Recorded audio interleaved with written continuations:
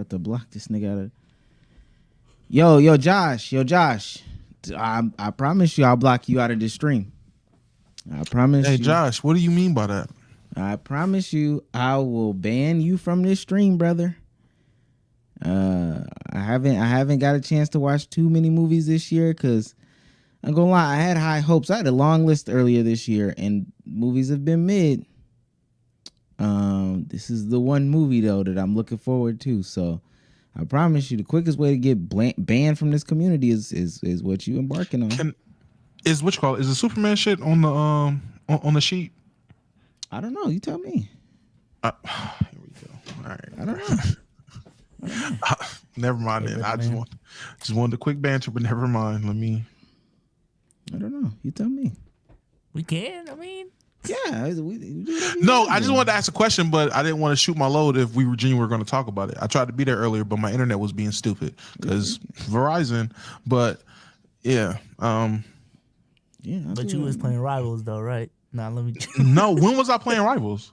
I'm kidding, man. I'm kidding. I'm about to say when. It always fails when you got to work, but when you got to play, it's fiber, right? Fiber speed. No, not at all. Actually, playing has been worse. It's okay. Like, nobody's tripping. Nobody is tripping over this. Nobody is tripping. I just don't know what niggas is talking about. No, I get it. We get it. That's we great. Understand. All right. Mm-hmm. Ladies and gentlemen. He's on fire. Bang. You know what? It's time for me to change up the soundboard. Everything's got to go. Everything's got to go. Wait, there's something that can stay though. No, not that. That can't stay.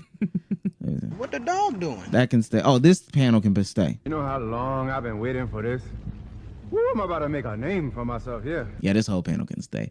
Welcome back to another episode. Yo, I promise y'all, we're gonna start the stream. Mods, if somebody talks about Sonic 3 in this chat, I promise you I will leave this live stream and go watch it right now. I did not watch Sonic 3 because of this live stream. I will leave and go watch it midstream. I promise you I will. I didn't even know they were on the third movie already, man. Oh yeah, you don't know ball. And, I seen I they still announced. remember when the trailer first released and everyone was up in arms about how Sonic looked. Like, So as I'm with you, I seen on the timeline Sonic 4 in the works. 4? where was the third one? After 3, I don't know what happens, and I'm pretty sure it's gas. But after they introduce Shadow, it's over with. Cut the shit off. Cut it off. y'all fuck with Shadow? No. That Like, what more are you gonna do? What more are they actually gonna do for it? Yeah, 1, and then Sonic in 2. space. I'm not even believing that they kill. Okay. What's it called? And play around if you want to. Matter of fact, let me make an example out of this person. I put him in timeout for the one ban. Yeah. Oh shit! I banned him by accident. Yo, he's a How did chatter. you? Come on, bro. How did you accidentally ban somebody? Oh shit! My fault. Y'all, this just showed he don't know what the hell he doing. Be careful. You will be out of here. Hey, you know what's worse? This is worse than him knowing what to do. Because StreamYard don't let you unban. You got to go to the YouTube, and my bad. Ugh. Log into the other account. Ladies and gentlemen, welcome back to another episode of Let's Keep It a Buck podcast, the only podcast in which we do something different every single time. Look, Damo came back begging, right? So we let him back on the pod. In his begging attempts, Sage and him got into it. Sage is done. Sage is just like that nigga that I banned out of the chat. Sage is cooked. So he won't be back. All y'all Sage haters rejoice right now. Y'all won. Rejoice. Yeah. This is the celebration. Y'all won. Niggas definitely won. Good. Them in the comments. Good. Finally. I'm tired of his ass. Hey, fuck it. I got the guys here with me. Bezos, how you doing today? Doing good, man. Doing great. Hopefully my audio levels are up today. It was a little low last pod, but you know, we good, man. We good. Would you describe yourself as like self-conscious? No. Sure? You sure? Yeah, I'm sure. Okay. So you don't think that's why you changed up your whole wardrobe? Nah, I just need to upgrade. I've been wearing hoodies and joggers for like 5 years. I need something different. So what pants you got on now? Joggers. Oh, okay. You only see the top half, man. I didn't need to. Yeah. No, you're good. Damo, how you doing today? I'm doing great. I'm doing great. Day's been great. Week's been great. For the most part, but everything's been great, man. Glad to be back. Glad my begging worked. In Souls, hey man, I like the upgrade. I came to the same realization. I was like, you know what? I'm gonna start updating my wardrobe. I realized that too. Yeah, no, Is this a new shirt? Yeah, we're gonna talk about the thrift store dare shirt. One, I've been had this shirt for a minute. I've had this shirt for a minute now. I don't know vintage. why. It's vintage. Yeah, no, it is. Yeah, I mean, but that's why I bought it, because when I was, shopping, I was like, oh shit, a dare shirt. You been had it? Did you been had it? Yeah, I've been had it for a minute. What's a Not minute? for a minute. I ain't gonna say for a minute, but I've had it for a good 3-4 months now. Oh, okay. I've had this dare shirt for a second. Well, from a minute to a second, huh? I mean, I don't know what do we constitute as a minute. I'm sorry. I would think 3 months is a minute. I would think 3 months is a minute, right? Hey, Chill, brother. Bro, I don't wore this dare shirt what on did you so upgrade many. today? Like what else did you buy? You said you know what I'm saying. Your You're lights looking look better into too. shit I don't know if this is it look good over there. I mean, in terms of equipment, nothing, but just wardrobe stuff. I got some. I got away from the joggers. Bought more straight fit pants. Not so much baggy shit. I've always been on the baggy team, but now that's in style. While y'all zigging, I'm a zagger. I'm gonna go this way. I'm gonna go with my straight fit grown man shit. A couple of those. I ain't touched the shoes yet. I'm late on shoes. I've never been a shoe person, and now I feel like if I get into shoes, I don't know where to start. So I'm gonna just start upgrading my collection just on shit I like. You got new jeans. What new tops did you get? Tops. Oh, Tops, upper wear. I do. I'm with the vintage t-shirts. I got a couple more vintage tees. Well, let me say this, chat. There's at least one person on this podcast that's not attempting to dress like somebody that's 10 years younger than him. A t-shirt from my era is dressing like somebody 10 years younger. This is crazy. Do you know the Dare song? I thought it was a Lightning McQueen shirt. I'm just saying. Do you know the Dare song? I still remember the Dare song. Like I said, I'm not trying to nostalgia bait, vintage bait nobody or anything like that. I've got a brown sweater on.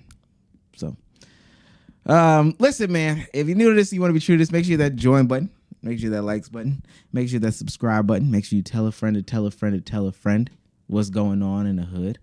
I saw a guy at work today doing work, and he had on his laptop Notion and looked like he was typing up a topic sheet. And I asked him, "Oh, you got a podcast?" Yeah, me and my buddies get together and we just me. You have never done that voice before. But that's the way he sounded. Yeah, that's how I know this is real. This is a real me story. and my buddies get together and just we just talk about popular topics. Okay, I see Caitlin Clark on there. It's good, man. That's good, man. Hey, keep it up. You'll get there one day. Yeah, but me. Fucking loser. Oh my god. Who wanna listen to you? That's what I'm saying. You and your buddies. Who the fuck are your buddies? And I can't tell him to get a job because we're at a job, but maybe get a part-time job or something like that. I don't know. Get something else. Obviously, you still got too much time on your hands. Yeah, definitely get something else. But pick up a job. Put more fronds in the bag. Yeah.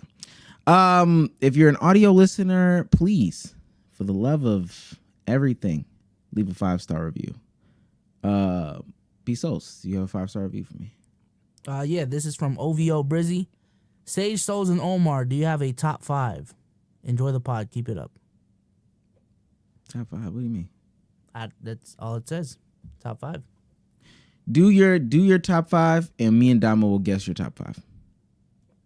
My top 5? Yeah. We're gonna guess what the top 5 is. Okay. Well, I can't make it too obvious.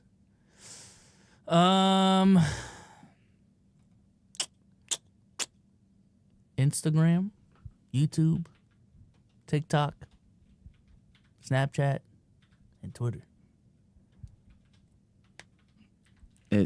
Your top 5 social media sites? top 5 social media sites based off of the gooning material. Okay. All right. Okay. Mine is Zooey Deschanel, Amber Heard, Emma Stone, Margot Robbie, pre-baby, of course, pre-baby Margot Robbie, and Megan Fox.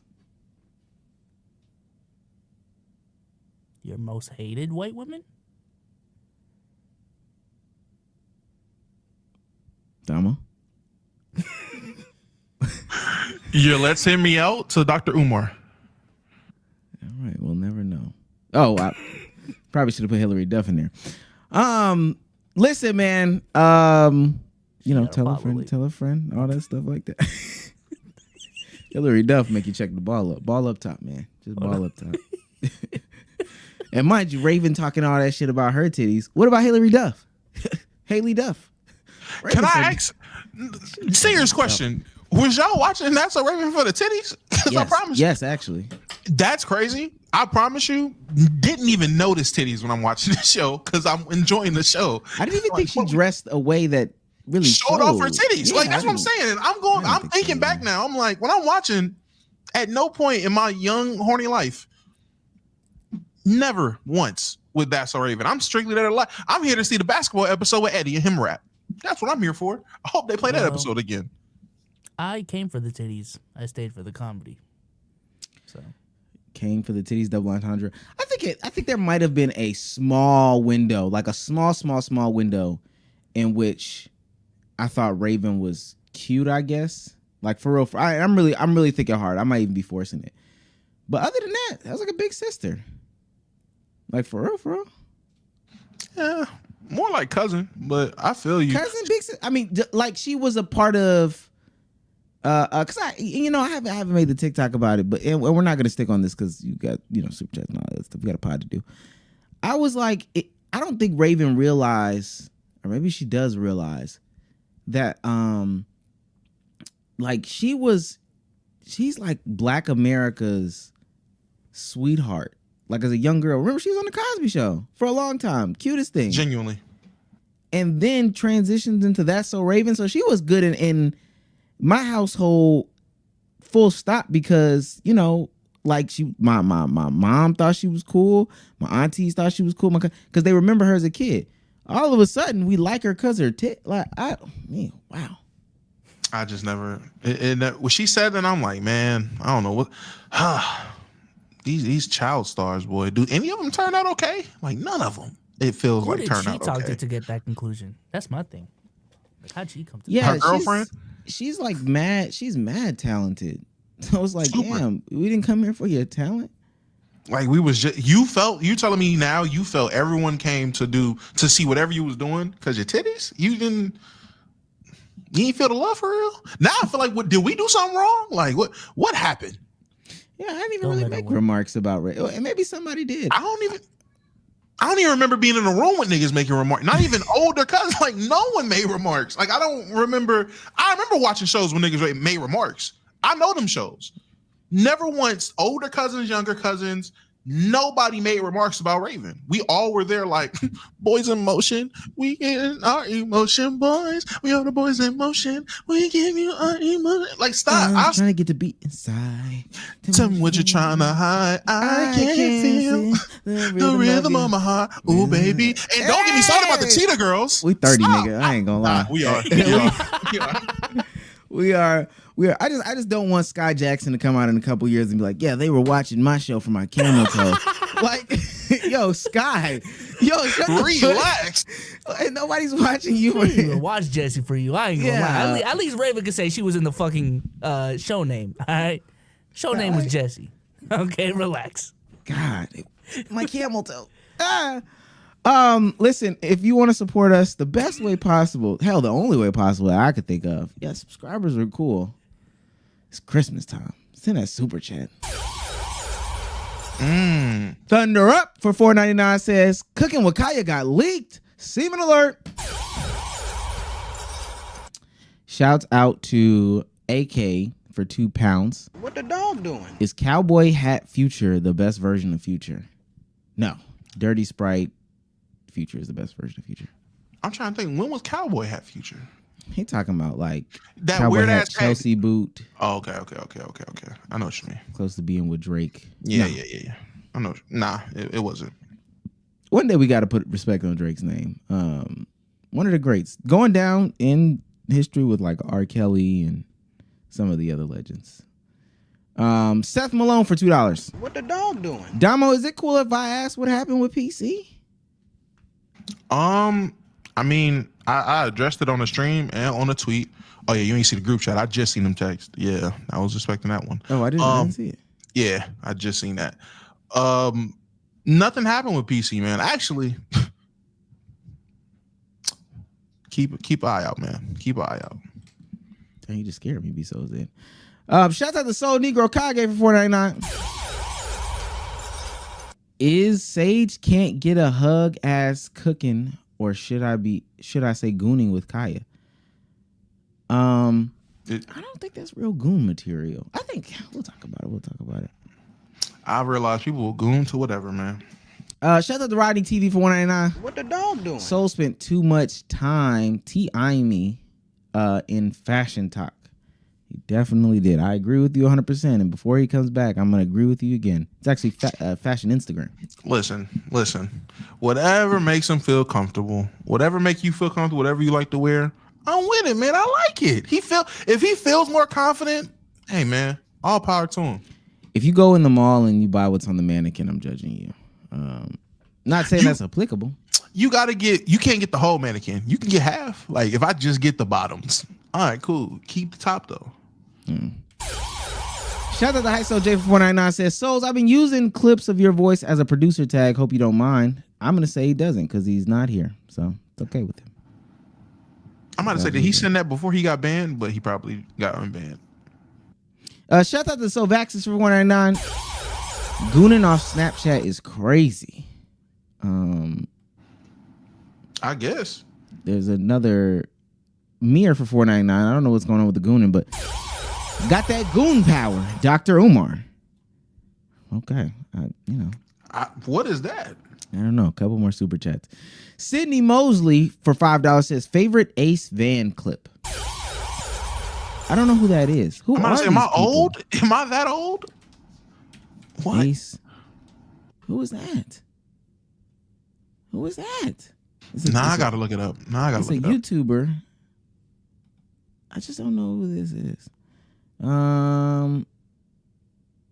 Okay, maybe we can show. Who is this nigga? Oh, is this a voice? Is this a voice actor? No, he's a YouTuber. Come on, Who man. is this nigga? Yeah, y'all gotta stop. Kevin King for $4.99 says Kendrick Lamar. What is it? The braids? Okay. I guess. Shout out to Tyler Pfeiffer for $5. No relation to Ben Pfeiffer. What is something y'all like that everyone universally dislikes, or vice versa? I don't like Interstellar. What is something nuts. But I'm also allergic, but nuts. Hate them. I hate them and I'm not allergic, but Blueface. Can't think of anything, man. Okay. Last three. Shout out to Sydney Mosley for $5 again. I'll ask one better. What's y'all's top 5 Disney Channel original movies? Luck of the Irish. The one where the bit was the mermaid and Buddy was living with his dad on the shore. You know exactly which one I'm talking about too. Mm-hmm. That one. Those are my favorite two. I probably can name more. Well, I'm not Halloween Town. Is it Halloween Town? The one with the Twitches a Disney movie? That's what I was thinking. I'm thinking Twitches. Maybe I'm thinking Twitches. Smart House is one as well. Xenon. Halloween Town is. Halloween Town is up there, huh? That's one of them. Halloween Town's one up there for me then. Yeah. Big Fat Liar. The 13th Year, where the dude was that's one of mine, where he was the mermaid. When he was the mermaid, that was good. That was up there. Oh, Cheetah Girls and High School Musical. Those are goats. I ain't gonna lie to me. in the Disneyverse, High School Musical's up there. I think Miracle in Lane 2 is when Frankie Muniz was in a wheelchair. He's a quadriplegic, but he was doing those slaloms down the street. I think Quince is good. Quince is good. What is Quince? About the multiple babies. Phantom of the Megaplex. Damn, these niggas had a lot of movies. Boy. They did. Hey, the man, Luck of the Irish. Dama was absolutely right. Luck of the Irish is definitely up there. Let me name two more. Gotta kick it up. That's when they tried to push. Y'all remember when they was trying to push America Ferrera? Well, I'm trying to think of the one movie. Didn't they have like their own version of like Honey I Shrunk the Kids? Like didn't they have their own version of that type of movie? That concept? The Proud Family movie. That's 100%. Right, yeah, that's up there. Is Sky High Disney original? Because if that is, I probably name more than 5. I'm bumping something down for Sky High. No cap. B-Souls is still left out. He ain't said one. Shouts out to Rio the Go for $4.99. Yeah, we can hear you. Okay. I said Wizards of Waverly Place, the movie. Rio the Goat for $4.99 says, here, nigga, damn. Okay. Shout out Rio. And shout out my guy Rio Free too. Okay. I saw your Spotify rap. He's not in there. What the He's not in there, but don't mean I don't listen to him. Come on. Shouts out to AK for $2 says, Cowboy Hat Future made Dirty Sprite 2 though. Yeah, no, we're talking about Dirty Sprite 1. You're not from Atlanta. I can tell by the beans and pounds that you sent. Listen, man, big 3 of the day. The biggest 3. The biggest. Industry friends versus real friends. A conversation about equity. Little Baby is having a rough podcast tour, and we asked 100 NBA fans why viewership is down. Listen, I know that this is no longer a basketball podcast, but I think what's interesting about our podcast is that we actually do know ball, and I know that y'all are sick of those dumbass platforms like the Joe Budden podcast that get up there and talk about basketball, and they sound like they've never watched. It just sounds like the most barbershop ass talk. Now, I think that there's a place and a space for that. I'm not even trying to display, because even though the talking points are ignorant, you would have to ask as like a commissioner, okay, well, why do they think this? Why do they believe some of the things that they believe? So we're going to take, and people have asked this from us too, we're going to take a serious look at, why people believe that basketball is bad, the NBA is bad, and we're seriously going to answer. We're seriously going to try to solve that problem. We're going to be honest and open about this. This isn't going to be some, just take less threes. Yeah, this is not going to be that. This is, I promise you, they're not playing defense. We're not doing that. I promise you we're not doing that. You can. But I don't want to. At least gotta get the clip off. I promise you. All right, group channel. This is a great conversation. Wish Sage was here for this one, but he, worked his way out of this. Equity over friendship. Phantom was on Impulsive, and Phantom said this. So it is equal In terms of what, like equity splits. yo, he's heavy. You don't have to answer this question. Well, I just want to. Saying yo, he's heavy, and I know it's different slang. Gotta be Ayo. Especially with your legs crossed. Yo, he's heavy. I thought He's heavy. You don't have to answer this question. Well, I just want to know, because if you're bros, You're pocket watching. Stop pocket watching. no, because the Sidemen, for example, like KSI's obviously the biggest numbers wise, but they're split equally, which I always found like really cool and noble of JJ, because he's definitely. Also, I'm not gonna pause this. I like how he said, which I find, he starts scratching, and then they zoomed in on him. Really cool and noble. Man, give me that fucking money. You think Mike getting 50-50 of this shit? Right. the one that goes mainstream and is the lower of the group. I'd say He's like the most out there. You bump his song a lot too. Like I think I have your answer by you not answering, which I understand, but I don't know. Like I don't know. Just be careful. It's. I'm glad you guys are bro. So it is. Okay, Phantom didn't answer. We can kind of get some guesstimations. I'm not gonna answer. Well, I don't know if I have the right answer anymore. I think I have the right answer. But what do y'all think? Do y'all think A and P is split equally?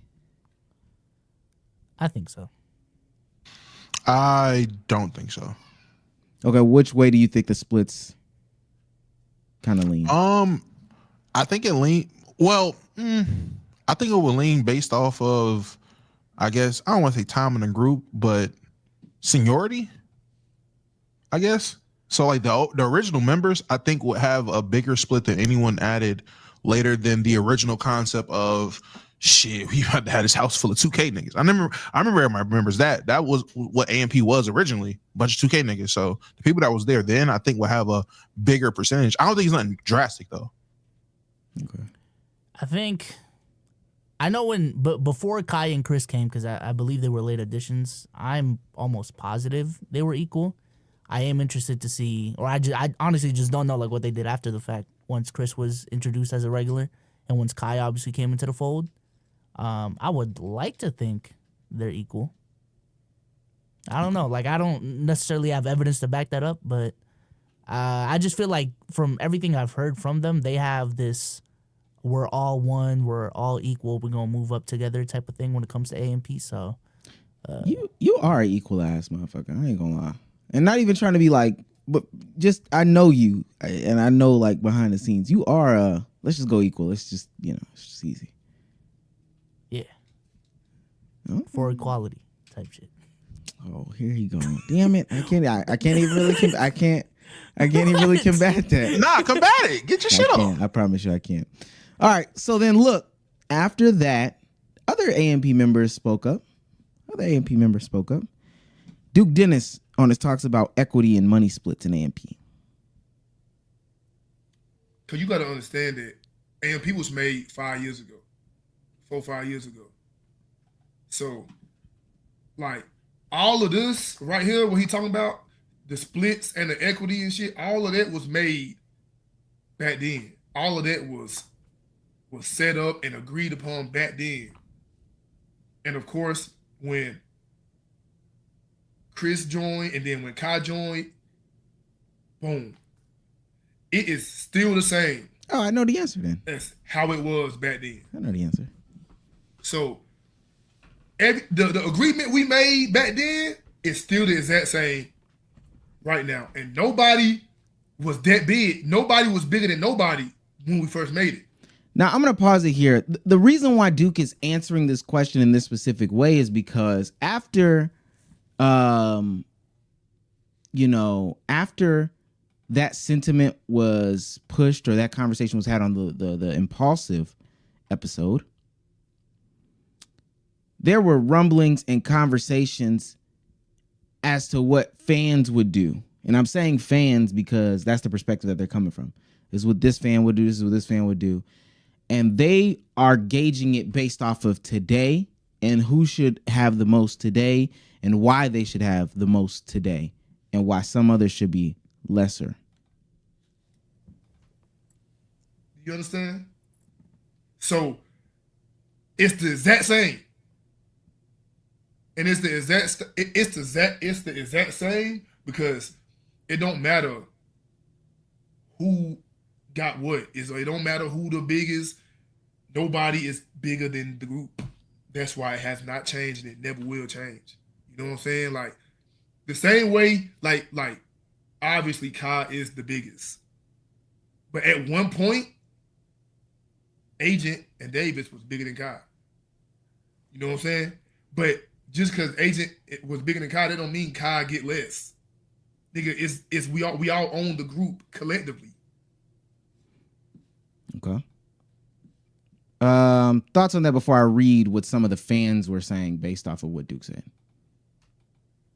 Oh, well, based off of what he just said to me, I'm gonna switch my answer then. It sounds like it's even splits then, or as even as possibly can be in that situation. Sounds like it was even splits. Once they added people, maybe either broke it down another way or worked the way out to pay people based off of whatever they decided to do. But it sounded as more even than everyone had different rates. I do wonder if this is just like a thing that they did because this is just the norm type of thing, or this is like a deliberate thing that they did from the beginning to make it equal. Like if there were conversations initially of should this be even type shit? But I don't know, because I feel like a lot of things in business we kind of just do because it's standard. We're gonna start a business, 3 of us, split it equally 3 ways type shit. But I don't know. Well, I tell you what. I don't think it really matters for us. It's to the two. Look at Damo's face. Well, B-Souls, Damo, especially because I came on last. How is Let's Keep It a Buck split? Equally. Why? Because originally when we first made the podcast, everything was agreed upon for whatever deals we had, like the locker room deal, for example. We just always had the concept of we're doing this evenly because we're a group. Yeah, it's a collective effort. We're all working on it together. Grow equally and distribute equally. Cool. Now with what you know, was that the right thing to do? And if you could go back, would you do it differently? I will say I still think it's the right thing to do. Would I go back and do things differently? Yes. But would I go back and change things being distributed equally? No. Oh wow. Why? Well, go ahead. Go ahead, B-Sis. No, go ahead, B-Sis. I'm about to say, from our ownership, maybe how we did payouts, I'll definitely do differently. But in terms of ownership, I wouldn't change it, because I feel like the whole practicality of this person contributes X amount, so they gotta get a proportional percentage. It sounds reasonable on paper, but in actuality, like what Duke said, like different months people are gonna contribute differently. Different years people are gonna contribute differently. Like when AMP started, Asian was probably the main guy, then maybe Duke, then Davis, then Kai. But obviously now the ratios have completely changed. So are you just gonna change the agreement, I don't know, like every 3-4 months, which you could do, but I don't know. I like to keep things simple. So okay, that's fair. So there's a tweet. Hold on, what would you do? I would not do things equally. I would not do things equally. Somebody should have a deciding percentage in decision making. It get basically an executive power percentage, and even if that means like, everybody. All right, it's 4 of us, so everybody gets 25%. But there's one person, maybe 2 people, that get the 0.333. That'll help. Is that the right math? I think that's the right math. I think for that, the 100 divided by 3, 0.25 in there or something. I don't. It's 4. What's 100 divided by 3? 3. Well, you did 100 divided by 4, so then that would be evenly 25. But if you did 100 divided by 3, well, no, I'm saying the other 3 members would have to give up a certain percentage to give the other person 1%. Yeah, it would be. It's 100 divided by 3, so 33 or 0.333. Yeah. And then you times that by 3, and that will give that other person that other 1%. So somebody's gonna have 26. Everybody else gonna have like 24 points, whatever. Yeah. All right, cool. So yeah, the reason why I say that is because there's certain decision making that should be done, and then I think that there are situations in which decisions need to be made, but it's not so easy to do it if it's not set up a certain way. Plus, people should be kicked out, and people should be able to, renegotiate and all that stuff. And to be honest with you, I would sign people on as contractors. If this is my original IP, I would sign people on as contractors. Instead of ownership? Yeah, instead of ownership. Like, now, I get the reason why somebody would give up ownership if you bring super that much to the table. Like if I don't know, if we were able to get like Gilbert Arenas or something. I'm trying to think of a big podcaster. Yeah, we'd give Gilbert Arenas some ownership. It's just what he could bring to the table. But like, you found me on the streets. You found Sage at X amount of subs. I would have just said, hey, y'all are contractors. I mean, but at the time, the positions that y'all were in, I mean, it still was something that could have helped out the group compared to what we had. We went from, again, the perspective you're saying, and we're just going to do 1-to-1s. if we're replacing Justin with Sage, we went from Justin, who was someone who had no aspiration in content creation at all, and the pod was just, hey, kicking it, chatting, to Sage, who is a content creator and an aspiring content creator. He's trying to grow, and that would do more for us. With you, we replace Wordu with you. I mean, Wordu wanted to be a content creator, had aspirations and had drive to do things. In my opinion, for the pod, you have drive to do things, and your drive was just better than Wordu's. You were able to put. I'm just being. I mean, I'm being real, and I was about to have a comment about the Phantom and Jake Paul thing, but I'm just being real, just for the podcast and what was going on. The shit that he was able to do was just better, and it put us in a better situation. But the only thing that I would say as a rebuttal before we continue on is, was it necessary to give up ownership to get me at that time? Yeah. I would say I disagree. You say that we ain't had no money to give you. We ain't had nothing to give you. I didn't need money. I would have did it. We was kicking it at first. It was cool. Well, yeah, that first 10-day contract, yeah. But then if there was, like we noticed, there was actual work that had to be done for us to grow, you weren't about to freelance it. There had to be something. I'm being honest with you. I would have did it with no ownership. We just doing it for fun, and we just trying to do this thing to make it better. Yeah, I would have did it. Well, to be fair, I don't even want to get into the legalities, but go get into this is what we hit a pod. Okay. We just weren't. We operate on some, like, we operate equally, but the LLC is like just you. Oh, he trying to get okay. That's what I'm saying. Oh, it's now I can't pod. Now I can't pod. No. Now I can't pod. Hey, Bezos. Hey, now I can't pod. Hey, we here now, pod. Nah, he dared me. So that's what I'm saying. Like, you're not doing this without. You're not a contractor. You got it. No, I would have 3%, right, Sauce? He got it. Saying. Actually, right now, I don't need 0.33. It's actually 100.00. I don't need 0.3 nothing. We really be. Omar, I gotta say you might know we not tomorrow. Hey, what you talking about? Hey, Souls, he right. Let's negotiate. Well, let's negotiate. I'm saying. I don't need 0.3 now. Yeah.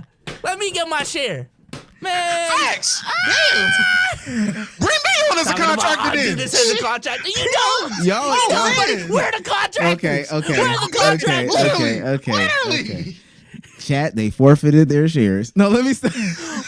All right, Wow. All right. I can't wait to really pause. So these are the comments. This is the comment section. Oh shit. This is the comment section of after that Duke video, after the Duke Dennis video. This woman says, this doesn't mean anything though. Kai has lapped and eclipsed them by 10x. If Kai is literally carrying the group, why wouldn't he get more? Say that, or at that point, you're just leeching off Kai's name. Response says, you can say the same thing when Kai first joined AMP, but it would be true.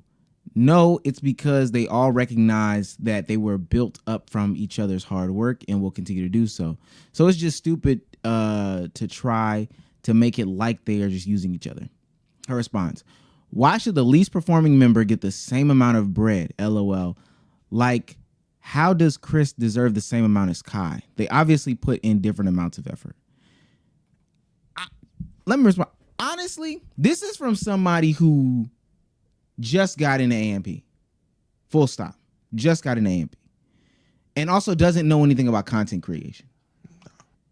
There's a really, really good argument that, especially in the beginning, when there was no Kai, because there was a Chris before there was a Kai. Now, if we're talking about on-camera presence, that's a different conversation. But if we're talking about Chris's value add to the video, they could have found a way to fucking replace him. Top 2, top 3. I can get, be like Bezos just said, I promise you. Not in a malicious way. There were conversations about replacing him. Dog, it was impossible. I agree. I was there. We remember. I can confirm that. That is not a rumor. So yeah, you can't just. I think that's why that is. And I will also say stuff like this is why group content does not succeed. This is why group content doesn't succeed. Is because somebody is worried about the recognition and the splits in these conversations. And what Agent is gonna say really is like my real point, but this is what I'm talking about being in. She's terrible for a group, but she's not even. I don't even think she's just not getting into AMP. She's just not getting into Kai, and knows he's a part of AMP at this point. She knows of AMP niggas, but she's in the Kai because that's just an ignorant statement in my opinion. That's just not even. I won't even call it ignorant. That's just that's ignorant because you don't know what you're talking about.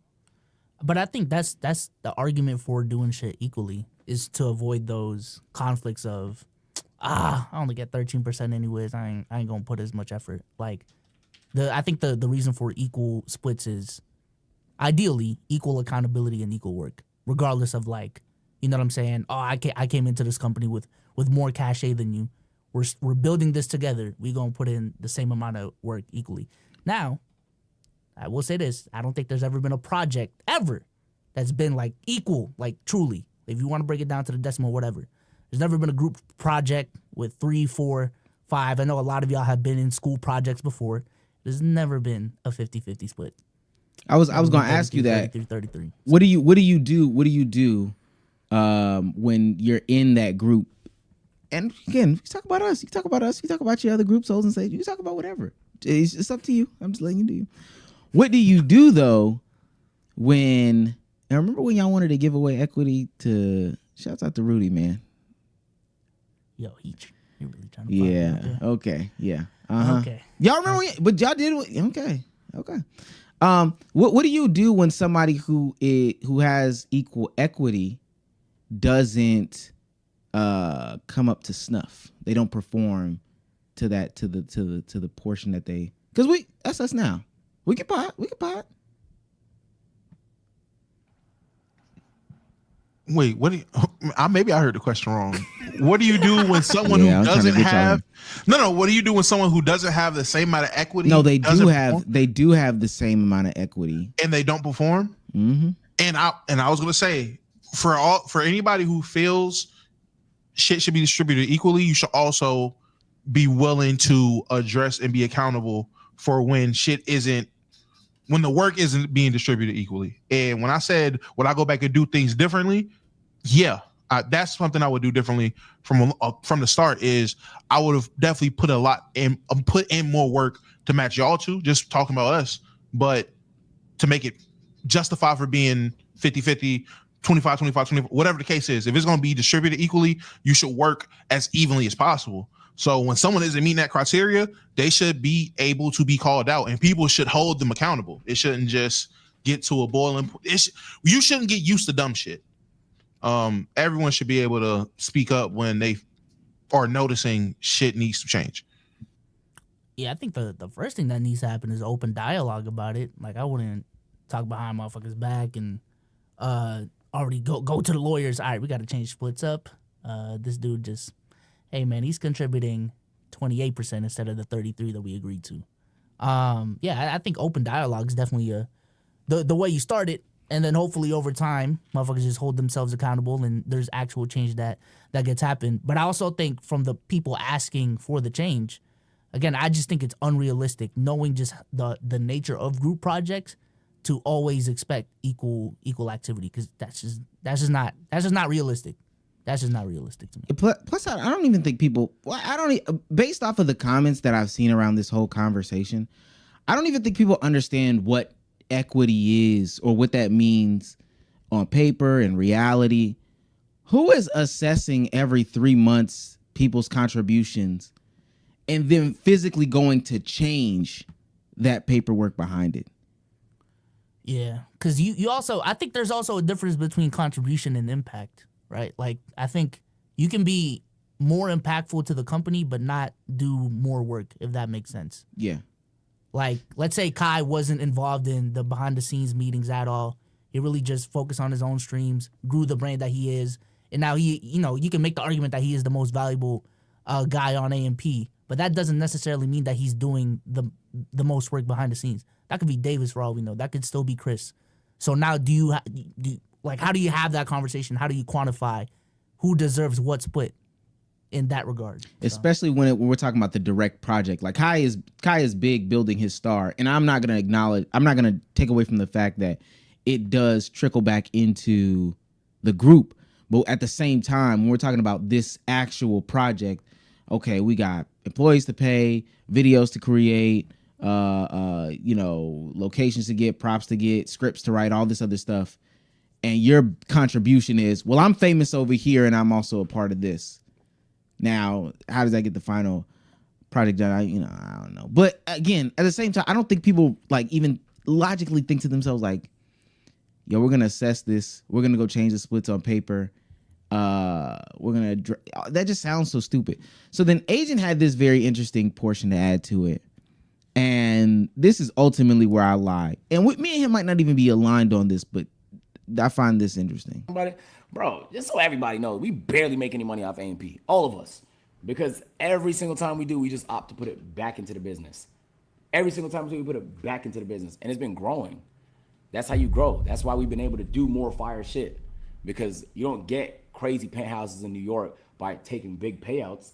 Well, we would love to get to that point, obviously, but we just don't. 3 jets, yo, Bang paid for it. It was just W Bang. Bang was like, bro, you need let's make it happen. It's just W Bang. No cap. I think people use this like as opportunities to like divide people, which is why I don't like talking about it. You know what I'm saying? Like they want to try and create like friction and drama between us. When like, first of all, it's nobody's business. Bro, just so everybody. Oh shit. Yeah, I think to me, I think why also AMP is strong is because individually the ones that want to create content are strong. So they're not so hyper focused into the business. I tweeted out, group channels aren't money making endeavors. They really aren't. As like for your individual perspective, they aren't. Group channels, group projects, group things are used to build your brand, and then from there you go out and make yourself as an individual contributor. Now, at some point, you would hope that this becomes so big that you profit off of it massively. But for the most part, this is just growing your brand. You could think of anything that has been in a group, whether it be AMP, RDC, Too Hype. Well, actually, I take it back. RDC is actually a different thing, and that's what makes RDC interesting. Too Hype. You could think of any rap music group, Slaughterhouse, Outkast. You could think of any project like they're building a software or a app like Facebook or whatever the case may be. They're not profiting. They're not benefiting until you get to the way end, and the way end might not even ever even come, right? Until you get to this end where we're good enough. I can break off and sell back, and then so-and-so can have more ownership, and I could just go live off in La La Land because we've made so much money, like some of the people at Facebook and Microsoft did, Steve Ballmer and him. Or you just keep riding it out. Ain't no money in this. I'm be honest with you. Yeah, I think ownership is more so like a power control thing in most cases, because I feel like if y'all think, like, let's just say Dan Clancy owns 15% of Twitch. If y'all think every single month the revenue comes in and Dan Clancy just nets home 15% of the revenue so he can spend it on cards, like that's not how that works. He owns 15% of the company, but how he gets paid is probably still on the payroll. He is probably still on his own payroll. The LLC may not even be under his name. And he gets paid a flat amount. Like that's probably how that works. That's how a lot of businesses work, because just revenue wise and the way you run the business, it just makes sense to pay people out a set amount, and then the rest of the overhead, you just put it back into the business.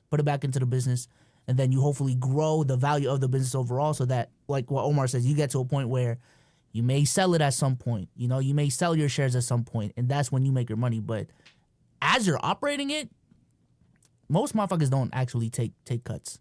Now, did I know that when we started the pod? Fuck no. Do I now? Yes, sir. Oh, retweet. I don't want to beat a dead horse. Retweet. Yeah, I think what people don't understand, and we could break it down because we having a real conversation. We podding because we have a group project. We gave out LLC details, man. Let's go. Yeah, fuck it. All right. Oh, can we? Stop. I'll go for real. If let's say we make $15,000 a month. $15,000 a month. In all well, I'm gonna first taxes. Cut the top off. Cut the cheese off the bread. Is taxes, right? Or cut the crust off the little taxes. Let's just say that brings you down to 13. We have, let's say, like 6 employees on the roster. 6 employees. Our payroll expenses might be half of that. So let's go. Let's cut it off. Taxes, bring it to 12. Payroll is half of that, 6. You got $6,000 to work with. I'm not gonna lie. And I know I'm gonna sound like a real capitalist. I'm better than anybody or whatever. 6,000 between 4 people is $1,500. Okay, damn, math.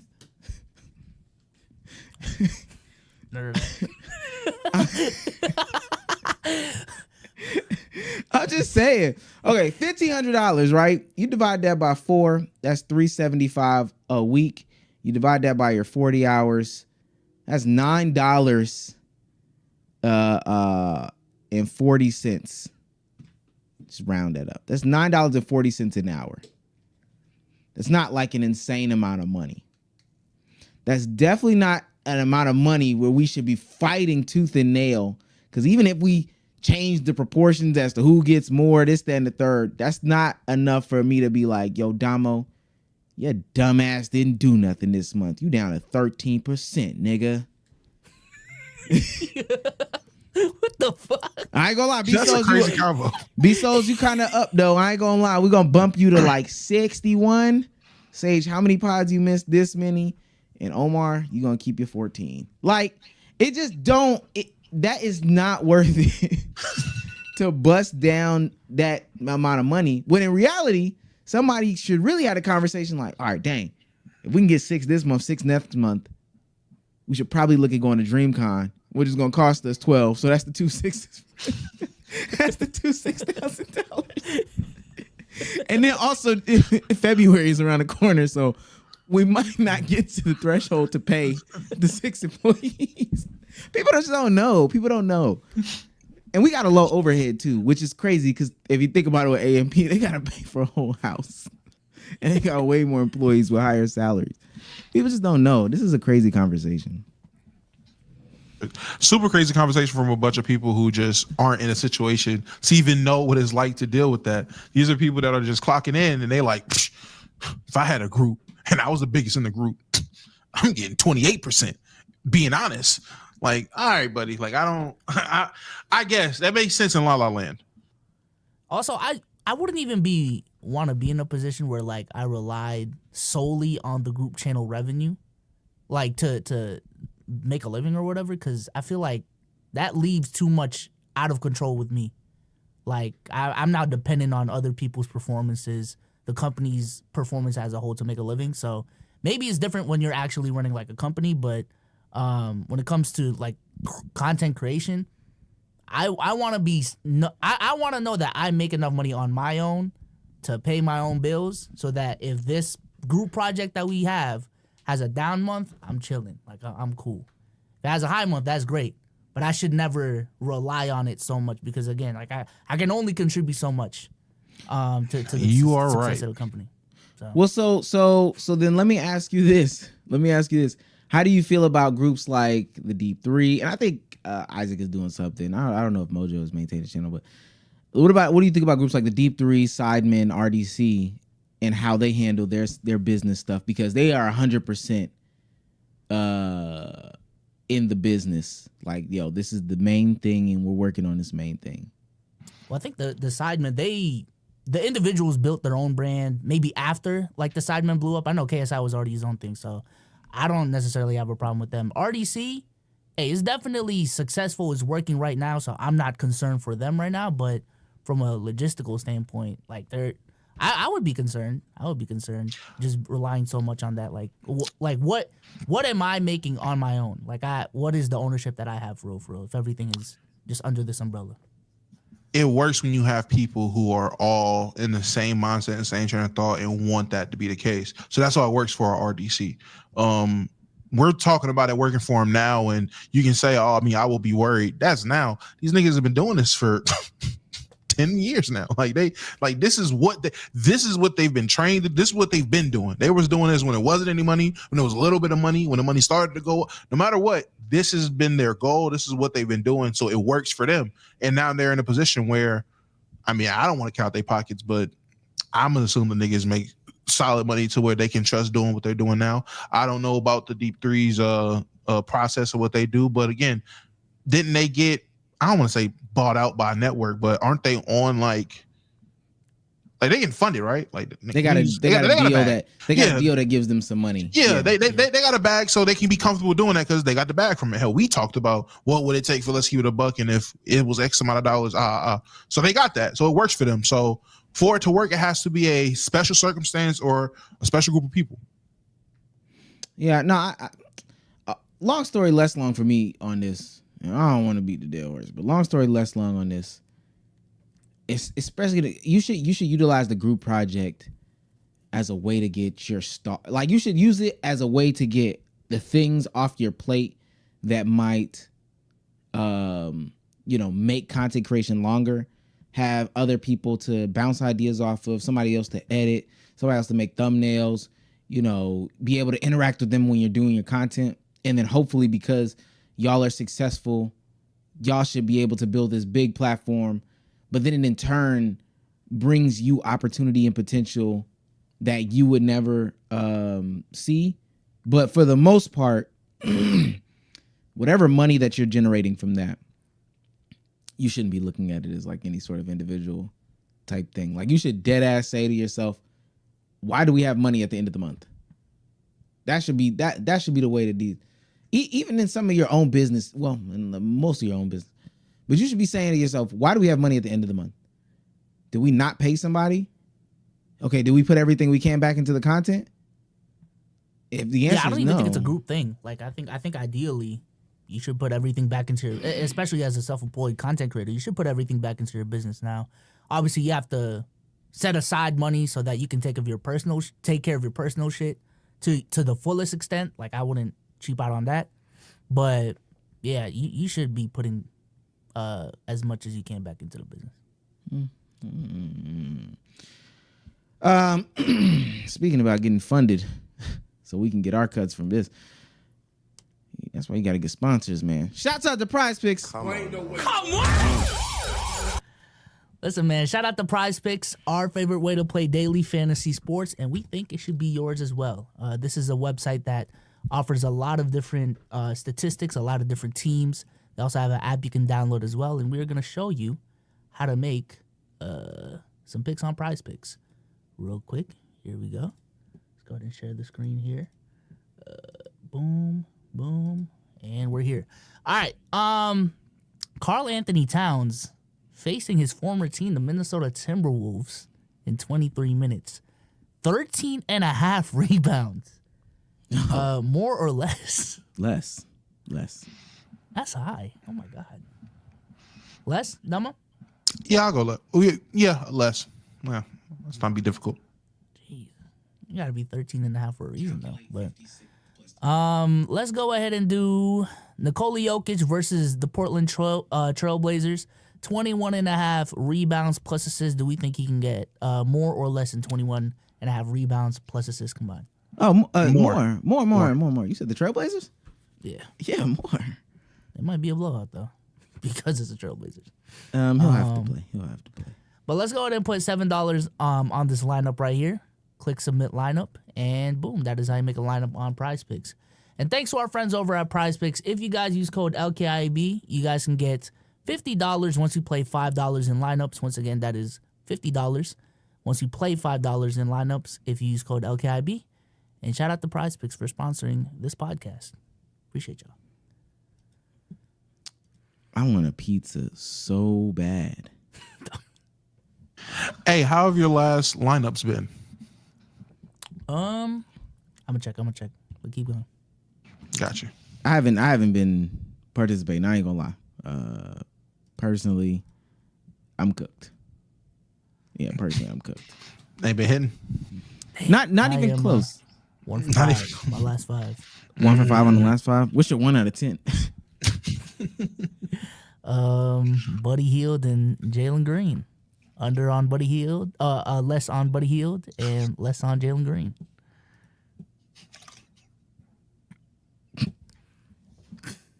See, and this is why, you know what? I can't stand my girlfriend or my fiance. I'm sorry. This is the fiance cast.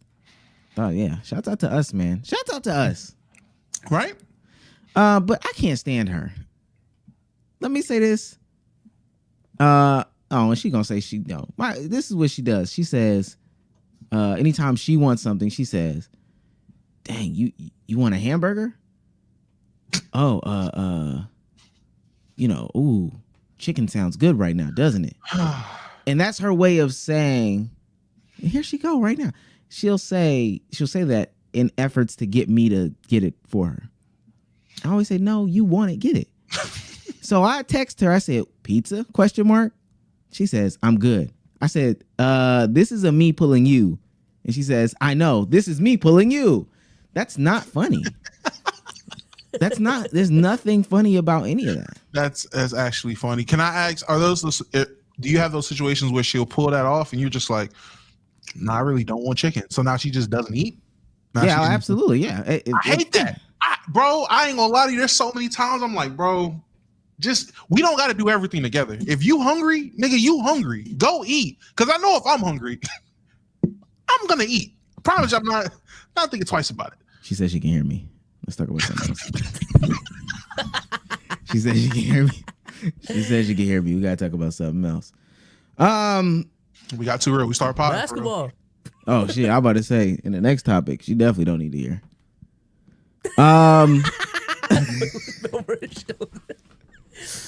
Anyways, lock it. Yeah, let me say this, and let me say this.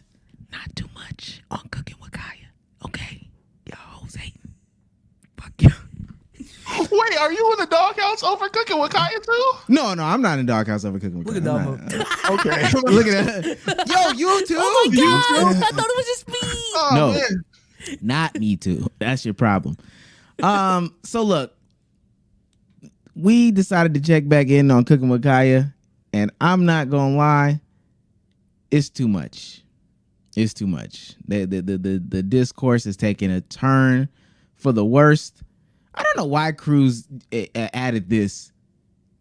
Why did he add this? Because also she might be underage in this. Cruz be trying to get us caught up. I'm gonna play it though. Cruz played the video. Wait. Oh. No, not that video. This is her first video. Oh my God. This is her first video. That loading screen was mad long.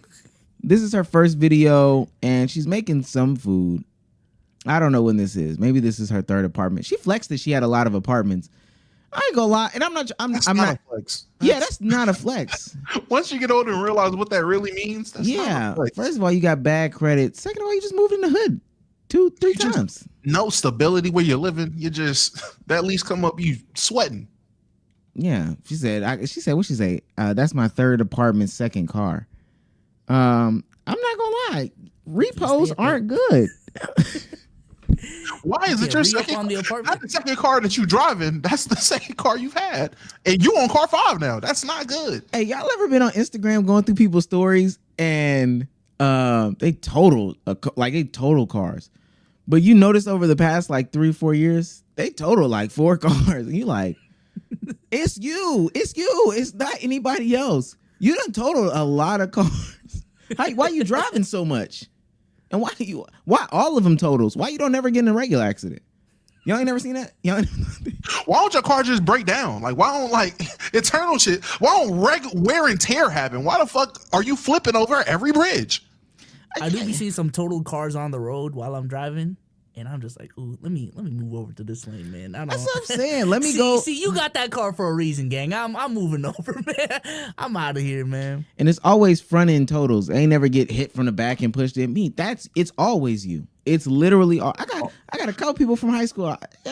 Literally. I'm like, dang, I am only on like my second car for real. How are you on car number 6? And again, it's all totals. You total in every car. All right. Not too much on Kaya. So the discourse is getting like super duper bad. The think pieces are atrocious. Among the men because What? Cooking with Kaya is popular among the men because she's extremely relatable and attainable. I'm literally going to break the system down for you, okay? Y'all are talking about, oh, I was expecting her to be on Nard Smith's level, blah, blah, blah, blah, blah, blah, blah. What regular man, especially nigga, is eating that pallet of food on the daily? No, he's eating the stuff he was used to his mama making when he was growing up. Majority of people in society are average, if you didn't know. So that means that most men are going to be average. And what they're attracted to, in theory, will also be average. Because you also have to take into account the man has to be able to pull the woman, okay? And usually men are most attracted to things, on average, that they perceive they can pull. So y'all are over here talking about like other creators that cook better or look better or whatever. Bro. These men don't even have the funds to even believe that they can have a conversation with some of those people. Okay. You don't let light-skinned women talk. Never let a light-skinned woman talk. Especially single ones that live by themselves. You see how you heard how hollow that shit sounded? Like no furniture. Man. Now, I personally think that Cooking with Kaya is the next Kevin Samuels. You gotta stop. No, I do. I truly do. I heard you say that shit. That's not the first time I heard you say that. I've been talking about it. I do. I believe the symbol that she is now is so insane. I want you to see all the variants, and the variants think they getting the swag off too. Like, man. Real bad bitches know how to cook. Cooking with I be shaking up, you know? Cooking with Maya. Cooking with Maya. Cooking with Taryn. Tasty meals with Taryn. Cooking with Ashley. Bitch, that's pizza. God. And I think it's interesting that they all end up shaking their ass too, because they could just you could just cook. You could make a different jingle. That's my thing. Like you couldn't come up with another jingle. No, not at all, man. Yeah, I think what she represents. I think what she represents is just so nasty. Well, not she doesn't represent something nasty. She represents a symbol that brings out the nastiness in people because they decided to leak her nudes. Her nudes. A sex tape, I should say. What's crazy word. First off, let me just say, and chat, correct me if I'm wrong. How many Hawk Tua clones did we see? How many clones of the Hawk Tua girl did we see? Not much. When Bobby blew up, or initially, when the Bobby podcaster chick, when she originally blew up, how many clones did we see directly after that? Chat, please correct me. I promise you, these hot sauce debutantes genuinely are their worst enemies. And no one wants to really talk about it. I'm looking on the timeline and all I see is black women hating on a black woman. And I'm going to be the one to say it. When the white women go viral for whatever, she literally went viral for saying, hot tool, spit on that thing. No one did what they did with Cooking with Kaya. Nobody. They get podcasts and meme coins and scam niggas and get to meet Drake in bed and divorce their husbands for niggas that look like football stars. They just get a different palette after they go viral. But when it's a black woman, best believe the crab in the barrel mentality will always prevail. Can't stand you motherfuckers. I really can't. Y'all worse. Y'all own worst enemy and then swear black men don't protect y'all. Why would I? Y'all don't protect yourselves. Yes, I'm pulling that card. Why would I protect you if you won't even protect yourself? Now, with that being said, yeah, all the clones and shit, that is super crazy. Them leaking her when everyone was swearing she was 17 is super, super crazy. I remember her saying that she was like 20 something. Like she said it wasn't on like Rakai's stream or some shit. Like she said she was 20 something. But regardless, people swore she was 17 and went straight to leaking her. You bitches are sick. Yeah, you niggas are sick. The fake Even 17 lying about her age in the first place was kind of crazy. So and that's the thing about the whole tape too and whatever. They are willing to lie on her as opposed to just ignoring. The 17 thing was a lie. The tape, I seen the tape. I studied the footage. Shout out to the Discord. It was a lie. It wasn't her in the video. It wasn't her. It's not like she cooking with Kaya and then immediately a penis came into frame. Like it's a side profile where you really can't see for real, but at the same time it's not her. Like you could look at it and it's not her.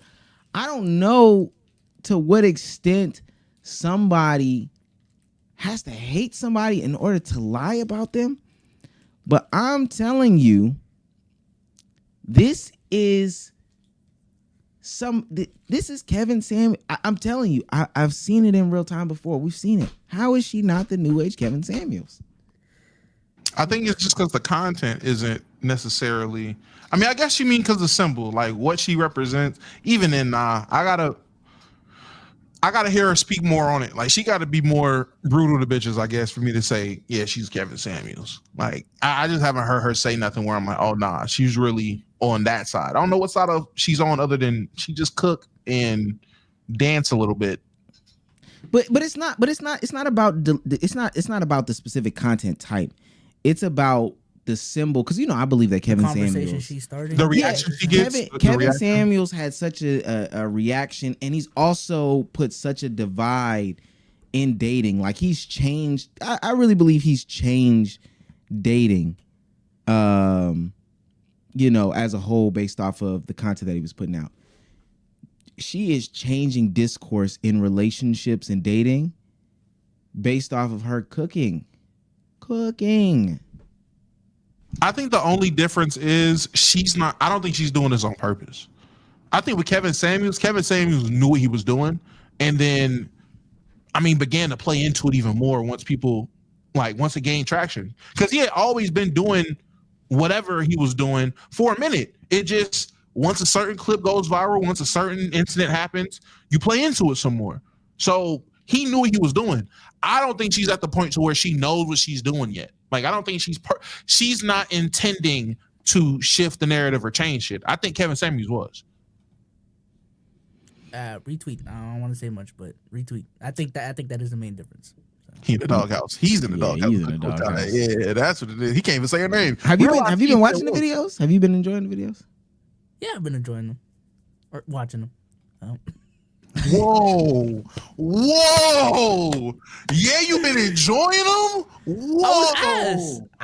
Now, if I didn't, now I'm hating. No, but why'd you fix it? Why didn't you just leave it at that? Y'all watch them. Why'd you say it like it was a problem? It's not a problem. I just said it's both. And also, which videos did you see the leak? Yes. Wow. Yeah.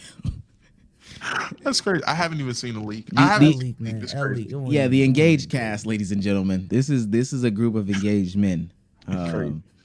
Yeah, no, I think it's sad. I think it also doesn't make it any better because she is going on these streams, and these folks are doing the most on the streams.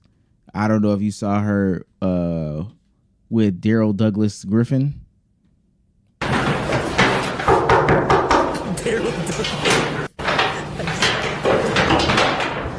Yo.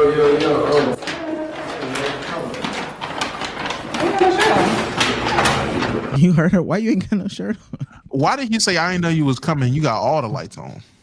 Like, I didn't know you. I didn't know. Mind you, DDG is 28. Like, DDG is our age. Crazy work. 28 with a child, and I don't know. It's for the bit, I guess. What's wrong with what he did? I just hated. I ain't gonna lie to you. I just hated the fact that niggas is dead ass on the timeline. bruh, to be real, bruh, niggas walk around with their shirt off all the time. When you know you got niggas coming over, even if they didn't directly say I'm outside, I know you're coming over. Maybe I should get dressed. Yeah, plus I also walk around with no pants on. That don't mean I'm just gonna do it all the time because I know, it's through the hole, it's through the little peephole. My fault. I didn't know you was shit. Do you know how crazy he walking around the house with no shirt and a chain on? That's is that not crazy? Is that not must crazy? be a rich people thing. I just with don't all the lights on, so them bitches is dancing too. Like, is that not crazy? I don't know. Maybe I'm hating. Maybe I'm hating. My tip out. He did got a his deep whole voice baby too. mama. Oh shit. That's what I'm saying. Use the voice he don't ever use. You remember he got the two voices. Yeah, and I'm not gonna lie. The women took that too. I mean, they hate that too. Oh, and this is why I'm glad he's away from Hallie. Oh, she came Cloud over there. chasing ass. She dead came to cook too. That's what I think is. She can't look at the pots, and she got her groceries in her hand. She went over. I want her. I want actual chefs to invite her on the show, man, to get her. To get her When's the set Keith up. Lee collab? That's what I'm waiting for. Keith Lee wife not having that shit. I'm about to say Keith Lee wife is not. What? Keith Lee wife. Keith Lee is not. The Keith Lee wife is not letting Keith Lee cook with Kaya. No. Sounds like she's stopping business. Not with This his is a track new record. conversation. What? His track record. What he be doing? Oh, he did say he cheated. Did he? Yeah, he got a pass, nigga. You can't. Yeah, nah, buddy. You can't get that off. Yeah. You can't do that. She gonna be in there with her little she be wearing them small up shirts with the back piercings out. His wife is gonna be standing right in between them the whole time. She's also gonna be there cooking with both of us. Yeah, she be throwing that. Maybe she is the next Kevin Samuels, man. Would you let your women stop business? Oh, she cheated too? Somebody said that? Wait, she cheated too? Oh my god. No, she didn't. I didn't know that. I That don't know one their is cheating? story. No. It's a get back type shit. Is that true? All right. Shouts out to Droopy. He's on fire. 199 says, I got worse from bronchitis to pneumonia. Oh, stay inside. Oh my God.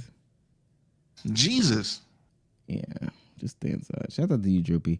Shout out to Robert Pinnock, HTX McCormick. Oh man, not again. For $10 says, what you doing if your girl give you a dilly for Christmas? Is that a dilly bar? Is that a dildo? Is that? That's what I'm thinking. I'm like, is that what that is? Am I bugging? I ain't want to say it, but an excellent example of a particular type of the back person door. or thing. This is a noun. I really dildo is a noun. Nigga, where are you from? Yeah, I really don't know what I don't know. What Is this slang or are you actually? I don't know. Shouts out to Poppy 3LI. Or Poppy Eli, I should say. Member for 14 months says Soul's drip is elite. Real concrete boy. Okay. Thank you. Shouts out to Rock 499. He's on fire. Souls, can we see the steak you've been hiding under the desk? Yo. Whoa. That's an insane. Steak is crazy.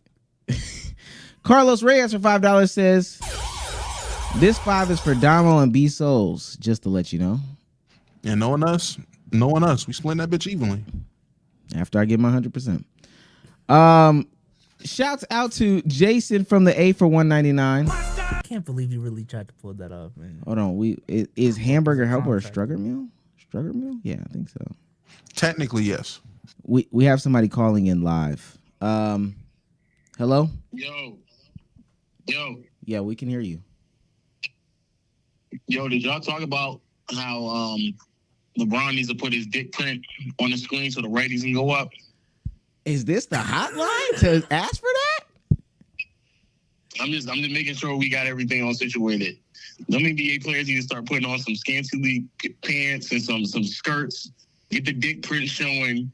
Lower the rims so we can get this shit cracking, nigga. The ratings are dropping right now. So that nigga LeBron, I want to see this nigga in Skims. Same thing with Shea. Shaking ass at halftime so we can get the ratings up. Ain't Donovan Mitchell bigger than Shea? Don't they already wear like super short Those shorts? are conversations that really got the timeline shaking. Also, I want people to know this is somebody who's been a collaborator with Bleacher Report and Gilbert Arenas. All right, get off my phone. Okay. Is Hamburger Helper a struggle meal? Technically, yes. I've never had it. Oh, for real? I think there's too much cooking involved for it to be a struggle meal, but Doesn't a struggle meal constitute like how much it would cost to make the meal, right? So something that is super cheap to make will be considered a struggle meal. you gotta buy milk. You gotta buy milk. I mean, For Hamburger Helper? You could use water. I mean, some of them call for milk. but it doesn't have to. That's what makes it a struggle meal. You don't need milk. I guess so. You gotta buy ground beef. You can get some cheap ground beef. Oh, that tube shit? No, well. And that's what makes it a struggle meal. I'm just saying. That's what makes it a struggle meal. I ain't gonna lie. Hey, let me say this right now. If you getting tube ground beef, yo, shout out to Soul Killer Production. What the dog doing? For $2. What the dog doing? Shout out to Vision Man for $2. What the dog doing? I like the cold metal. Feel good on my bare chest. What the dog doing? All right. What? Talking about DDG's chains. And shouts out to Carlos Reyes, $5. It got so bad, saw Cashing with Catherine putting in parlays. That's crazy. That's actually crazy. Who's Cashing with Catherine? I don't know. Shouts out to Kaya, man. Let's take this to hot takes of the week. Y'all ready? Because I know sometimes we need time to prepare. I'm ready. I'm ready. Okay. Bezos. All right, man. The stigma on Ozempic has to stop. Yo, wait a minute. Hold on. What? That is my hot take. The stigma on Ozempic has to stop. All right. Listen, man. The people who take it actually need it. Okay. Now there are people who take it just to take it, but a majority of the people who actually take it actually need it for health reasons. Okay. These are people that need the medical attention. They need the medical help. Obesity is actually a real problem in America, and this is the closest thing we have to a cure. Not exactly a cure, but it's the closest thing we have. Yeah, man, not too much. If they lose weight through Ozempic, it's cool, man, because they probably needed it in the first place.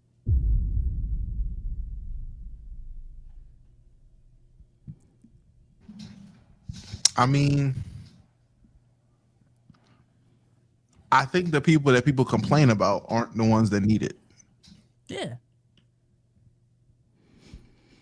Yes. We got an audio podcast, so all right. Okay. I don't know what you want. I don't know how to address that. I mean, what I'm gonna say, Nikki? No, you wrong. Like, that's crazy. I don't. Sometimes you don't got to say nothing behind this. The hot take of the week. You just let that bitch sit. Type shit, man. Let it marinate. Okay, Damo.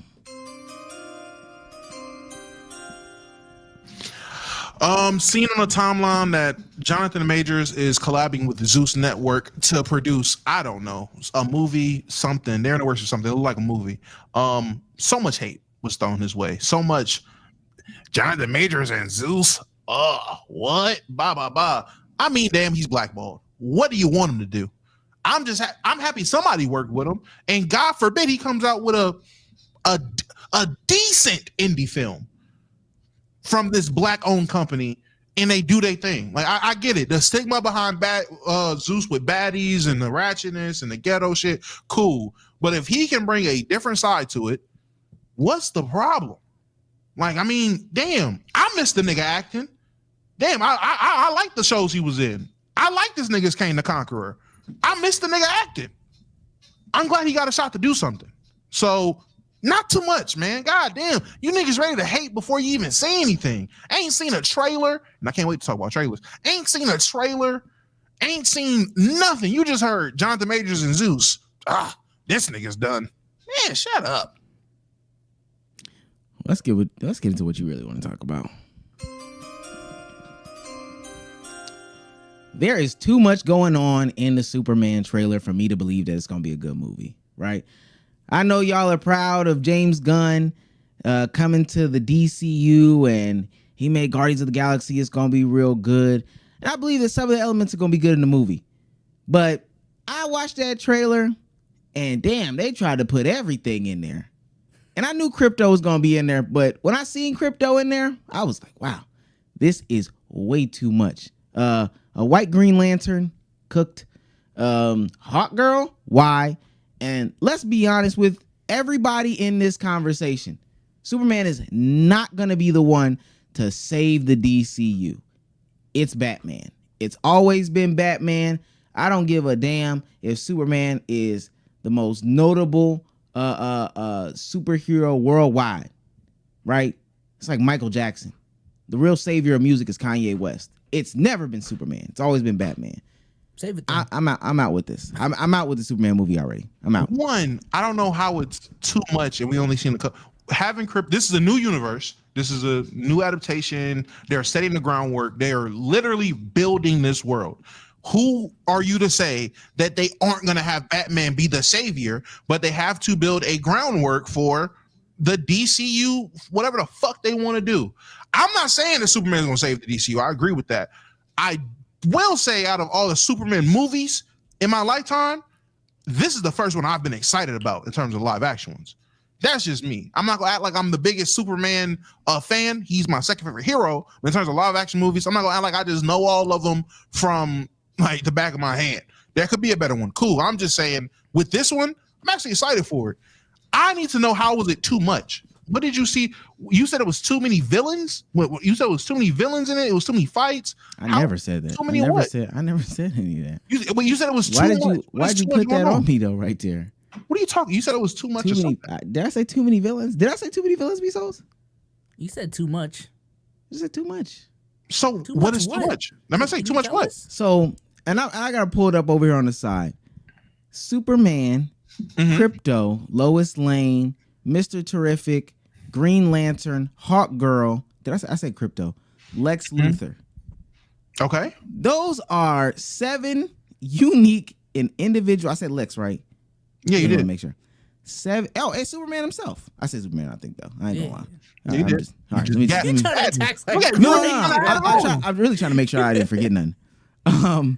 Those are 7 unique and individual people with backstories as to why. Listen, as to why and how they tie in to Superman's story. I'm assuming that this is going to be an origin story. And I don't even think that these things have to take a long time. I just think all of a sudden, oh, Crypto's gonna pop in. Hawk Girl comes in for a scene and it's just nothing there after that. Show this glimpse of Mr. Terrific doing something and it's irrelevant in 2 seconds. It almost is reminiscent of like some of the Flash stuff.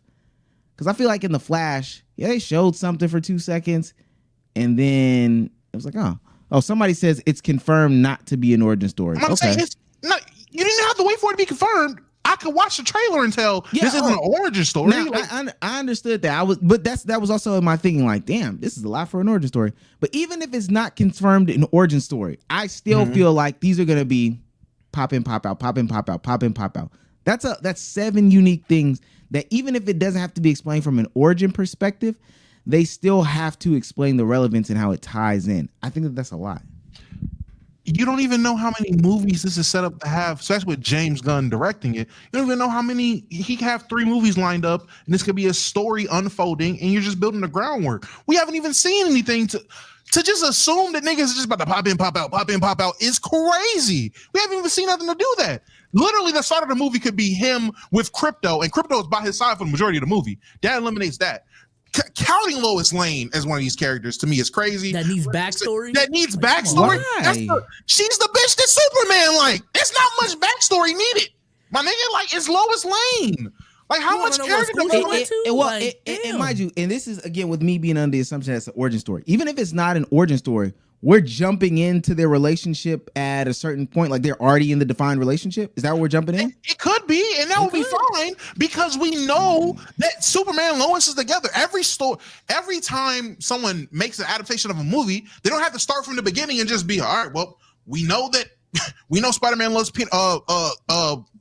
Mary Jane, so let's start the Spider-Man movie off with Peter doing whatever the fuck he's doing. Then he gotta meet Mary and then fall in love. And we know they're gonna be together. So it's fine to have a Spider-Man movie start off and him and Mary are already together. It makes sense. You could do the same thing with Superman, Lois Lane. We're resetting the DCEU. All right, cool.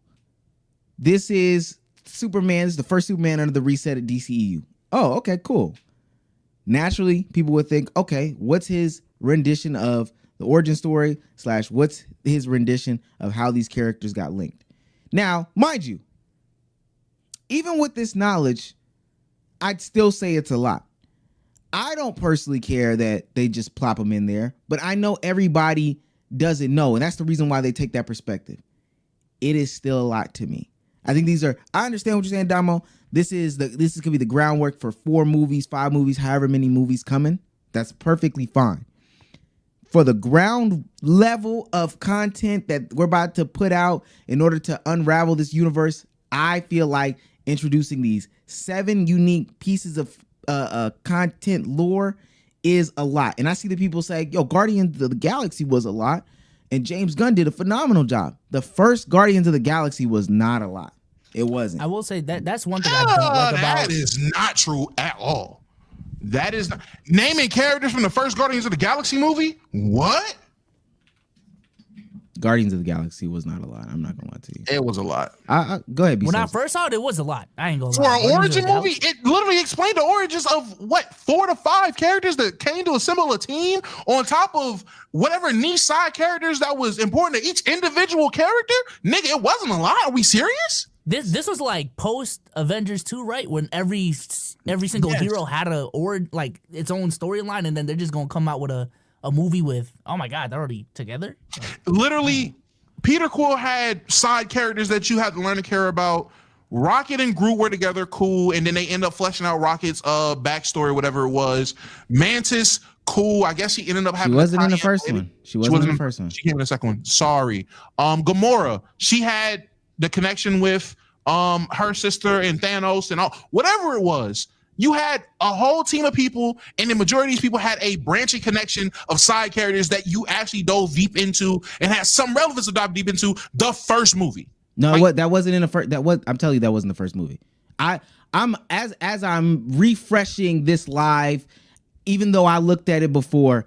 The first movie, the most important people that really had backstory in the first movie, Peter, Gamora, the villain, Drax had some backstory, and that was about it. Now, I think the difference between them and what we're talking about now is we're talking about an introduction of a team, which they're not going to fully fledge out everybody having an individual movie on a team, which it's interesting that Rocket even got the movie that he got. They're not going to fully flesh out every single movie or member of a team, specifically Guardians of the Galaxy, this iteration of Guardians of the Galaxy. This was done phenomenally well because they did not sit there and highlight everybody. If niggas is finna tell me they had to introduce Groot, and I know you didn't say that, but I'm saying people that are gonna watch this and be like, oh my tripping, they had to introduce Gamora, Rocket, and Groot. Me. But why couldn't they do that for the new Superman movie? Just introduce people quickly, but keep the main thing the main thing. As long as the main thing is still Superman. Because I don't think that they're, and I know somebody might make the argument of they are a team. I think that half-ass introducing what's his name, Green Lantern, is like, that's a little crazy. But so then I would ask, who are we used to being the Green Lantern in the last DCU we just seen? There wasn't one, right? There was. They haven't had one. They haven't had a Green Lantern, but based off of what we're seeing, I'm assuming that they're about to do some sort of Justice League that involves Green Lantern. And unless they're about to do him like they did Cyborg, I guess, in the other one. But mind you, I think most of the Justice League movie was Cyborg's origin story. They used the Justice League movie as Cyborg's origin story. I find it very weird because I think that we think that Green Lantern is a staple in the Justice League. Them just putting it in there the way they put it in there. I don't expect him to have a huge part of the Superman movie. But he might be an important side character because at one point in the movie it looked like it was fighting what looked like their iteration of Starro, the big ass creature monster in the trailer. I think that was Starro. It could have been someone different. I don't know, but it was some fucking gigantic, what looked like space monster. Green Lantern literally is the nigga who's in the space defense organization. It makes sense for him to be there if a fucking Starro is coming. Now Green Lantern's popping up. And if they're going to have this nigga sprinkled into if they're all going to be sprinkled into each other's movies going forward, this could be a big this makes sense with DC. And I understand everything doesn't have to be completely accurate with the comics or with the animated universe, but with DC, all these niggas are always entangled, whether it's the villains or the heroes. It's always multiple things going on. Like that's just something normal with DC as it is. That's a normal DC staple. I think that's fair to say. I think that to say that, and we're resetting the DCEU is why I'm like. And again, why couldn't they introduce Green Lantern the same way Marvel introduced Spider-Man? Like, I think wasn't Spider-Man introduced in Civil War? And then they fleshed out his trilogy. Like it wasn't, and mind you, this is Spider-Man, like arguably the biggest Marvel hero.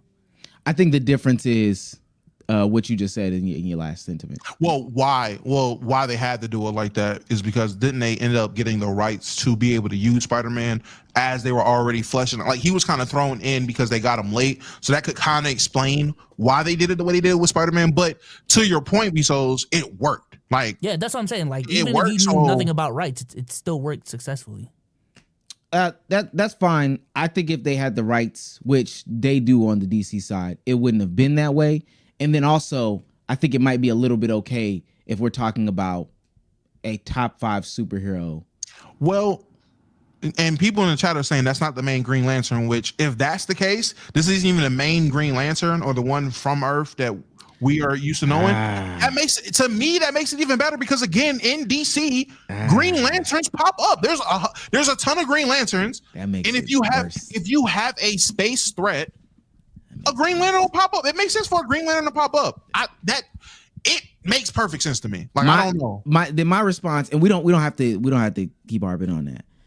My response then would be, are we about to explain the complexities of the Lantern Corps in this movie, or are we about to give Green Lantern his own independent movie to explain the complexities of the Lantern Corps? And if you're going to give Green Lantern your own movie, hey, you got an uphill battle. They're saying the main 2 Lanterns are getting the show. And I'm going to stop reading chat. The main 2 Lanterns are getting the show. And then that also makes me double down on how I feel about you got to watch the show in order to understand what's going on in the movies. The shit that Marvel was doing towards the end, I hate it even more. Yeah, that's what I was about to say earlier. I don't like this thing that like superhero movies are doing, or really just any movie is doing, where they like the story is told in a way where you need to know so much background information when this is like you're trying to watch it to learn about shit. Like that is something annoying, and I hope they don't do that with the Superman movie. And let me say this real quick, because they deliver it so beautifully in Batman. They deliver it so beautifully in Batman. I just don't understand why they feel like they have to do this in Spider-Man, if that makes sense. Or not Spider-Man, damn Superman. Because they have to do something different with Superman because, at least to my opinion, they've tried. I'm not even going to say they tried to do something similar with the previous Superman movies, like they did with Batman movies, and it just didn't work out. It's just different. In my opinion, I feel like they all should. All the superhero movies, their solo movies should be unique to them. So the way they do the Batman movies should be how they do the Batman movies, and that's why it works, because that's how they do the Batman movies. But if they're going to do the Superman movies like this, cool. Let's just see if it's good first. I mean, I don't want to just sit here and judge everything without at least seeing the product. Because if they pull it off, then what are we going to be talking? Then this is useless. Like it was nothing to be worried about if they pull it off. Now, if it sucks, we can have a conversation. Well, I'm excited, man. I see an attempt to try something different when the last iteration of telling Superman was not that good, or at least like it was controversial. So relative to when it was, I think it was pretty good. We talking about Henry Cavill? Oh, you know what? I'm thinking of something else. How do y'all feel about everyone saying that the Henry Cavill movies are not like, that is the true version of Superman movies? Is that not revisionist history? Because it is revisionist history. I'm about to say, nigga, I was outside. Nigga, I was outside when they was making these shits. Mm-hmm. The streets was not talking about these Superman movies like they were crack for real. Like very niche Superman fans liked it. The casuals, that shit boring. Like casual superhero fans watch that shit and throw X-Men on. This shit's ass. Throw X-Men on. This shit is ass. I think also if you look at the state of like superhero movies at the time as opposed to comparing them to today, and I think that's what people be doing sometimes. It's like, I don't know. They're doing too much. I want to address these two before we move on. The Batman movie wasn't even an origin story. Nobody said it was. And then this person, just Reggie. Batman is literally the same thing as Superman, though. They introduced how many characters? Relevant characters? The Penguin, Batman, Catwoman, and Falcone. Falcone dies. Oh, my bad. I forgot the Riddler was in there. Batman, Penguin, Falcone, Riddler, Catwoman. So that's 5 characters, 5 important characters. Yeah, and I ain't gonna lie, fleshed it out beautifully. So how do we know that it's not really just 3 to 4 important characters in this movie? Just because you seen niggas, you know, like you seen Hawk Girl, maybe Hawk Girl flying and smack a nigga, but if there's only 4 main characters and they flesh it out perfectly, and then the side characters can come in how Yondu did on the first Guardians of the Galaxy movie, because I wouldn't think that you had a problem with Yondu or the Raiders in the first Guardians of the Galaxy, did you? No. Crypto on your list too. There we go. I did have Crypto on the list. He counted the dog. I think that there's because it just that's no backstory. No, I think flesh his character out. Roof. We don't know ball. We don't know Balmer. No. It's not even that. I think the other thing, and I promise you we're gonna move on. I think another thing that makes me, and here we go. There we go. Falcon is not that big in the thing, but I think a thing that also made me question it is like the concept of the Lantern Corps. I think the Lantern Corps is its own unique concept that should really take some time to flesh out. But also, the disdain between like Lex Luthor and Superman, that's a movie. That's a whole movie. That's a movie. So I don't understand how we're showing this concept in. How do you know that this isn't what this movie is? Literally what Lex does is manipulate situations to put Superman in to make him look like the good guy in terms of the people of Earth. So watching all these different entities fighting Superman in this trailer, and seeing Lex being involved, how do we know Lex isn't manipulating some big ass space monster, some big ass Gigantor, some fucking I don't even know who the nigga he was fighting was. I didn't think that was Mr. Terrific. I thought that was like fucking Zod. I'm like, what if Lex is manipulating all this and this is still Superman versus Lex? Let me ask you this, and we're gonna move on. I promise you we're gonna move on. In the Batman movie that just came out with Robert Pattinson, where do you think that they could have established and explained the Flash and the Speed Force? I have no idea because I don't like Batman. I didn't watch the movie. Oh, all right. Let's move on. That's why I haven't spoken Batman movies. Like, Okay. Say what you say. I don't know, but yeah. I get it. Shouts out to Aaron. Oh shit. Nope, that's also wrong. Oh man, not again. He's heating up. He's on fire. You triggered my trap card. That fuck him up. Aaron says, just got paid Friday night. Hey, just got paid. Had to give a big super for Damo. All love here.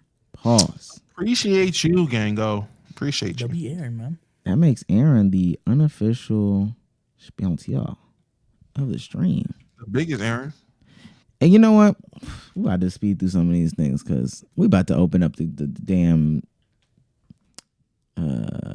Q&A link for once. We're gonna open that shit up. Pause. Can I ask a question real quick before we move on? Just a quick question. 1 out of 10, what are you rating the new Bossman D-Lo album? And what's your favorite song on the album? So, and I'm glad you asked. I am not the biggest fan of it, but I also feel like somebody's in his ear. I feel like think it is like this label or whatever. I think this is very much like a label responded album. Like a lot of these beats don't even feel like Bossman D-Lo for real. Some of the songs I do think he snapped. I ain't gonna lie, that song on Ice Spice. He got Ice Spice sounding hard as hell. Different. Bro, I had to check and be like, wait, who is this on this song? Yeah. Like, wait, is that Ice? She I sound was different. like, hold on now. She sound different. No cookie bars? Ozemppic Spice, man. Hey, Ozemppic got the bars up. I'm like, okay. It sound different. No poopy bars, Omar? No poopy bars. No No. poopy bars. Oh no, she rapping. She's rapping. I mean, I don't I'm even not remember saying, her. Let me not say rapping. She's not up here lyrical, spiritual miracle. But for Ice Spice, she rapping. But for I real. don't even think it's pussy lyrics. Like it's not. hard. I don't think. I mean, she has the one little line about she's bad and your nigga want her. But other than that, she talking her shit. She shit talking for real. Yeah, I really like that song. Best song on the album is the song with Babyface Ray. I think that I really just like that because Babyface Ray does like some classic rap stuff where he imitates Boss Man D-Lo's style on the record, and I really like that nod. Like that was like fire. Can I ask, what's your least favorite song on the album? That's a different Ice Spice. What the fuck? I ain't gonna lie, there's multiple songs this album that I don't. You just skip. So Yeah, is one of them the one with French Montana? No, you know why? Omar. You know why? That snippet has been out for months, and I think that's one of his hardest snippets I done ever heard. I ain't gonna lie, that's a hard verse from Boss Man D-Lo. So I can't skip it because the verse is so hard from Boss Man D-Lo. As soon as the verses are from Boss Man D-Lo, skip that shit. What? And I'm glad they didn't put him first. I was about to say, I know French gets a lot of hate, and I'm not about to act like I'm just sitting around here listening to the French Montana song on the album. But I was thoroughly surprised because when I listen to an album, I'm gonna listen to everything at least once. You have to. But I was thoroughly surprised that the song with French Montana was not my least favorite song on the album. I was like, you know what, French? Good job. Because I just knew. I got the same feeling I had when that song came on. I got the feeling I had when I seen who was on the song with Cash Cobain? Quavo. I was like, man, what the fuck is this about? What is Quavo about to do on a song with Cash Cobain? And I heard and I was like, it's not for me. I heard French ain't trying to do nothing different. He was on there just being French. I was like, you know what? Good, because I was scared you was really gonna come on here and try to pull a Babyface Ray, and I'm like, I do not got time to hear French Montana trying to be like Boss Man D-Lo. I was not with that. Like, what the fuck? What did you just see, Souls? I'm sorry, y'all. I'm just checking the scores. One, Celtics lost to the Bulls, but oh my god, the Warriors are getting. Oh my god, the score is 114-66. Against who? Who are they playing? Against the Grizzlies. God damn. Wow. God damn. 117 now to 66.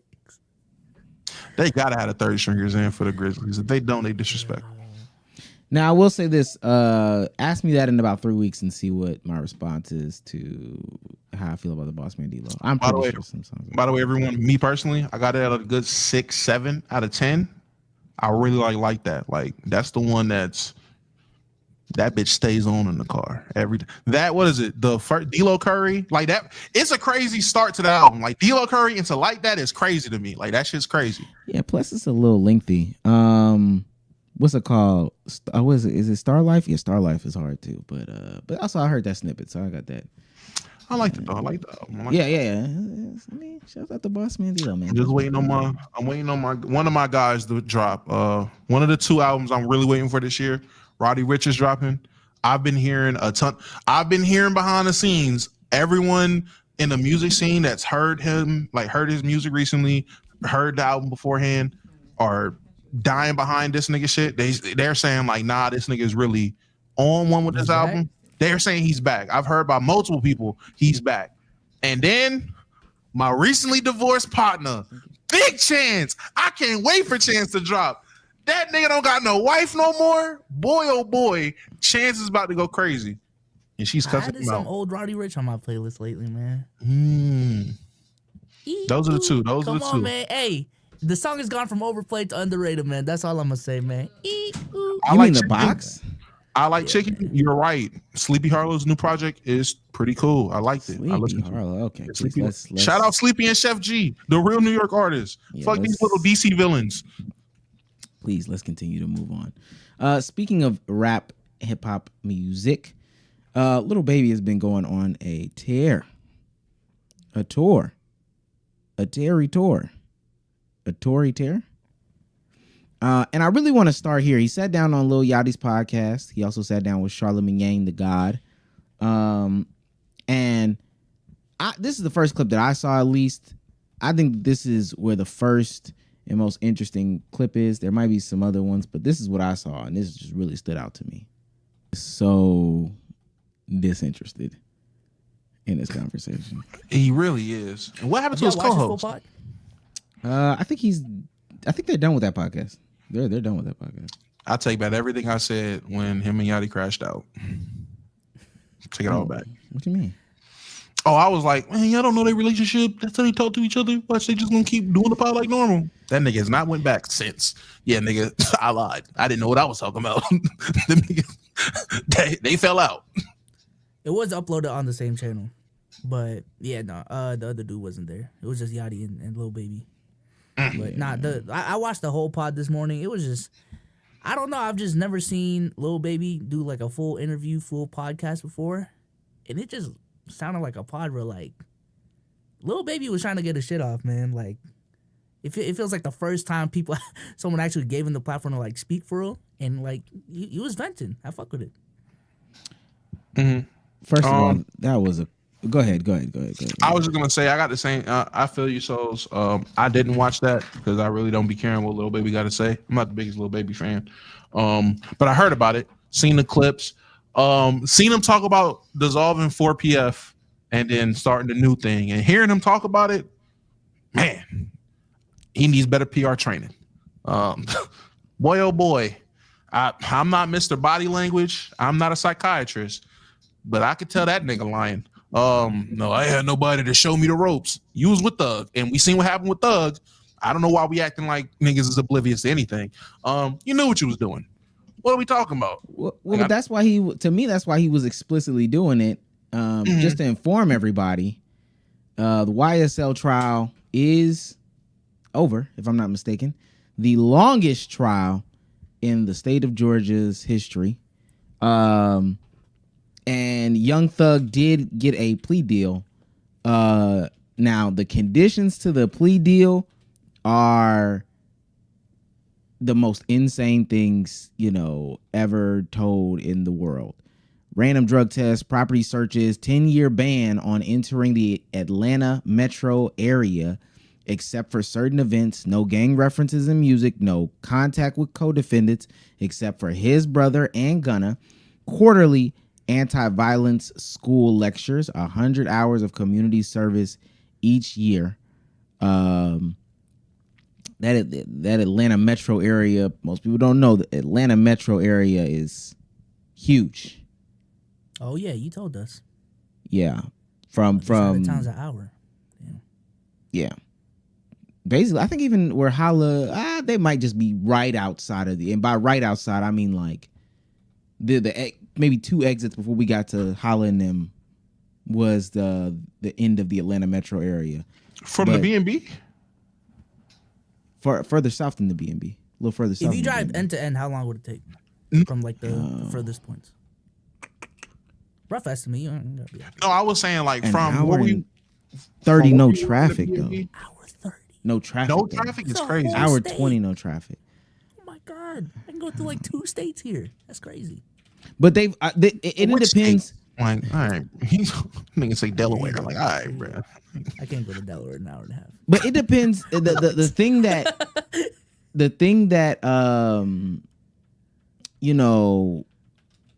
is very interesting to me is how you define the Atlanta metro area, because that's where it can get tricky. There's a version of the Atlanta metro area that is that's smaller than what I just said. That's way smaller than what I quoted. However, there is a version of the Atlanta metro area, I think by the census, that's that hour and some change that I'm talking about. Like it gets really, really, really, really far. We're talking about like what was this? 24 counties? 24 counties. Going through 24 counties and the biggest county. Crazy. Yeah, to me. Oh, also to add on to this, You know, we just had our elections or whatever the case may be. The same district attorney that did the whole Young Thug trial, fumbled that, did the Trump shit, fumbled that. One, they kicked her off for the Trump case.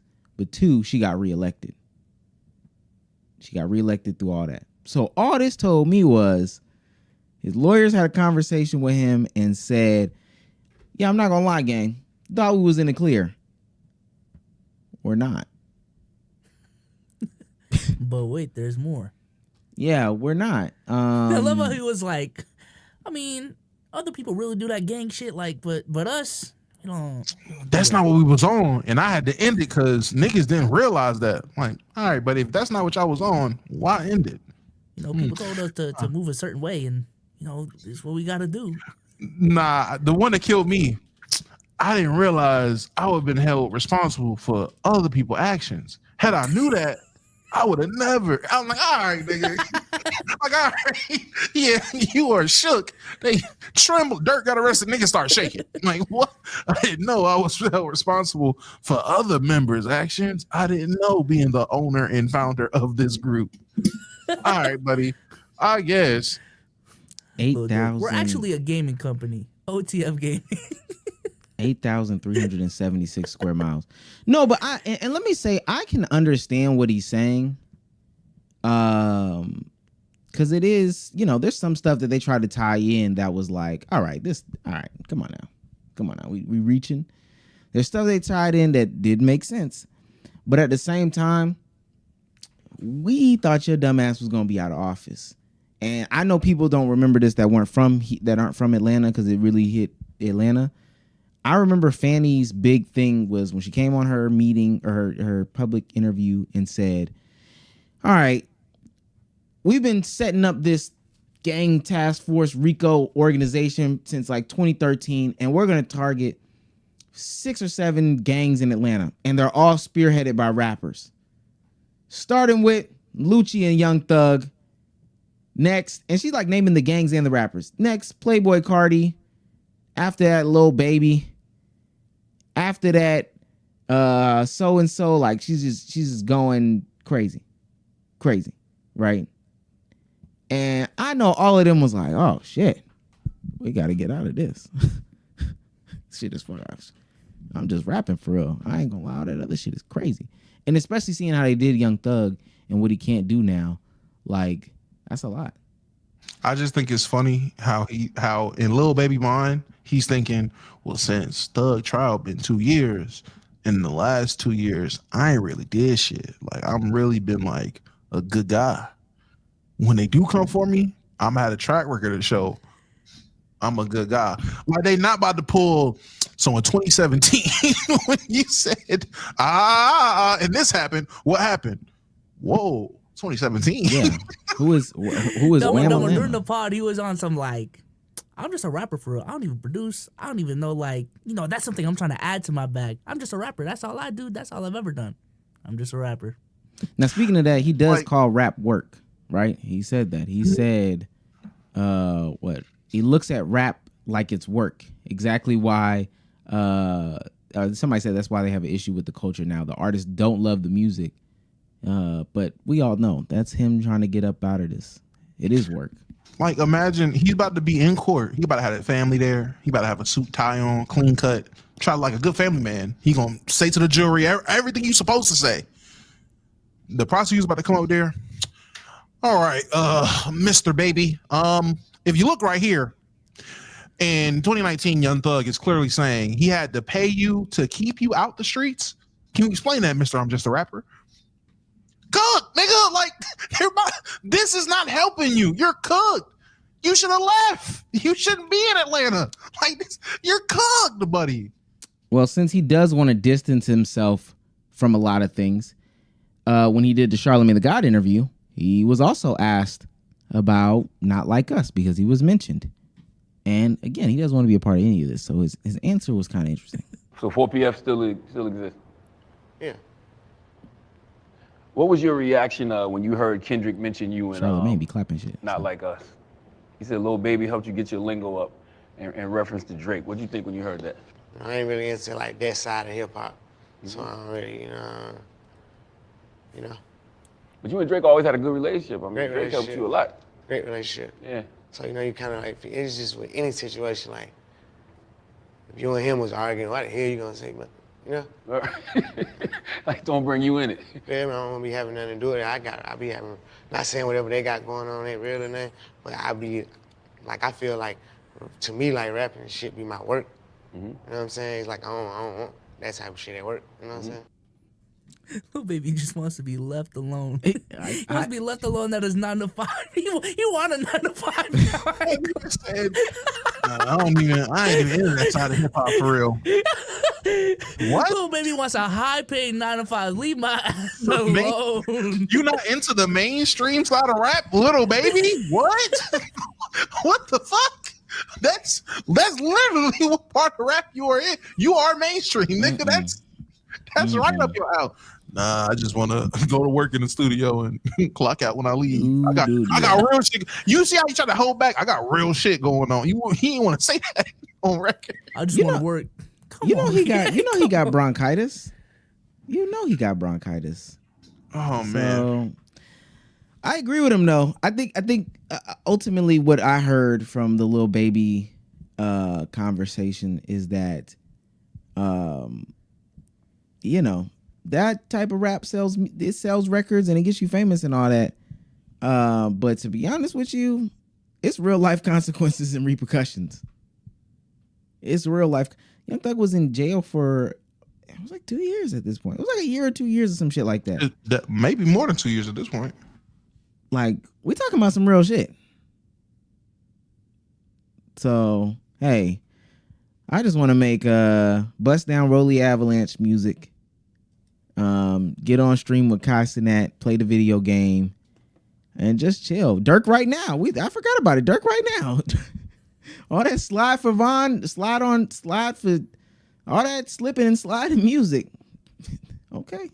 I don't know who asked, but someone asked DDG, "Oh, DDG, why do you in your raps all you talk about is fucking bitches?" And he's like, "I mean, what do you want me to talk about? Shooting people? Like, I don't do that." So talk about setting up a video, buddy. Rap about streaming. Imagine, like, get the fuck out of here. That's all he can rap about. I'm dissing Bruce again. Yeah. I'm a streamer. Listen, I don't have those problems. Okay, before we get into big topic, the ball topic, the one that we're all excited about topic. Anybody got some yap out there? We had a good yap session in a minute. I can get some yap off. Give me a second. Didn't you have something that you wanted to talk about, Damo?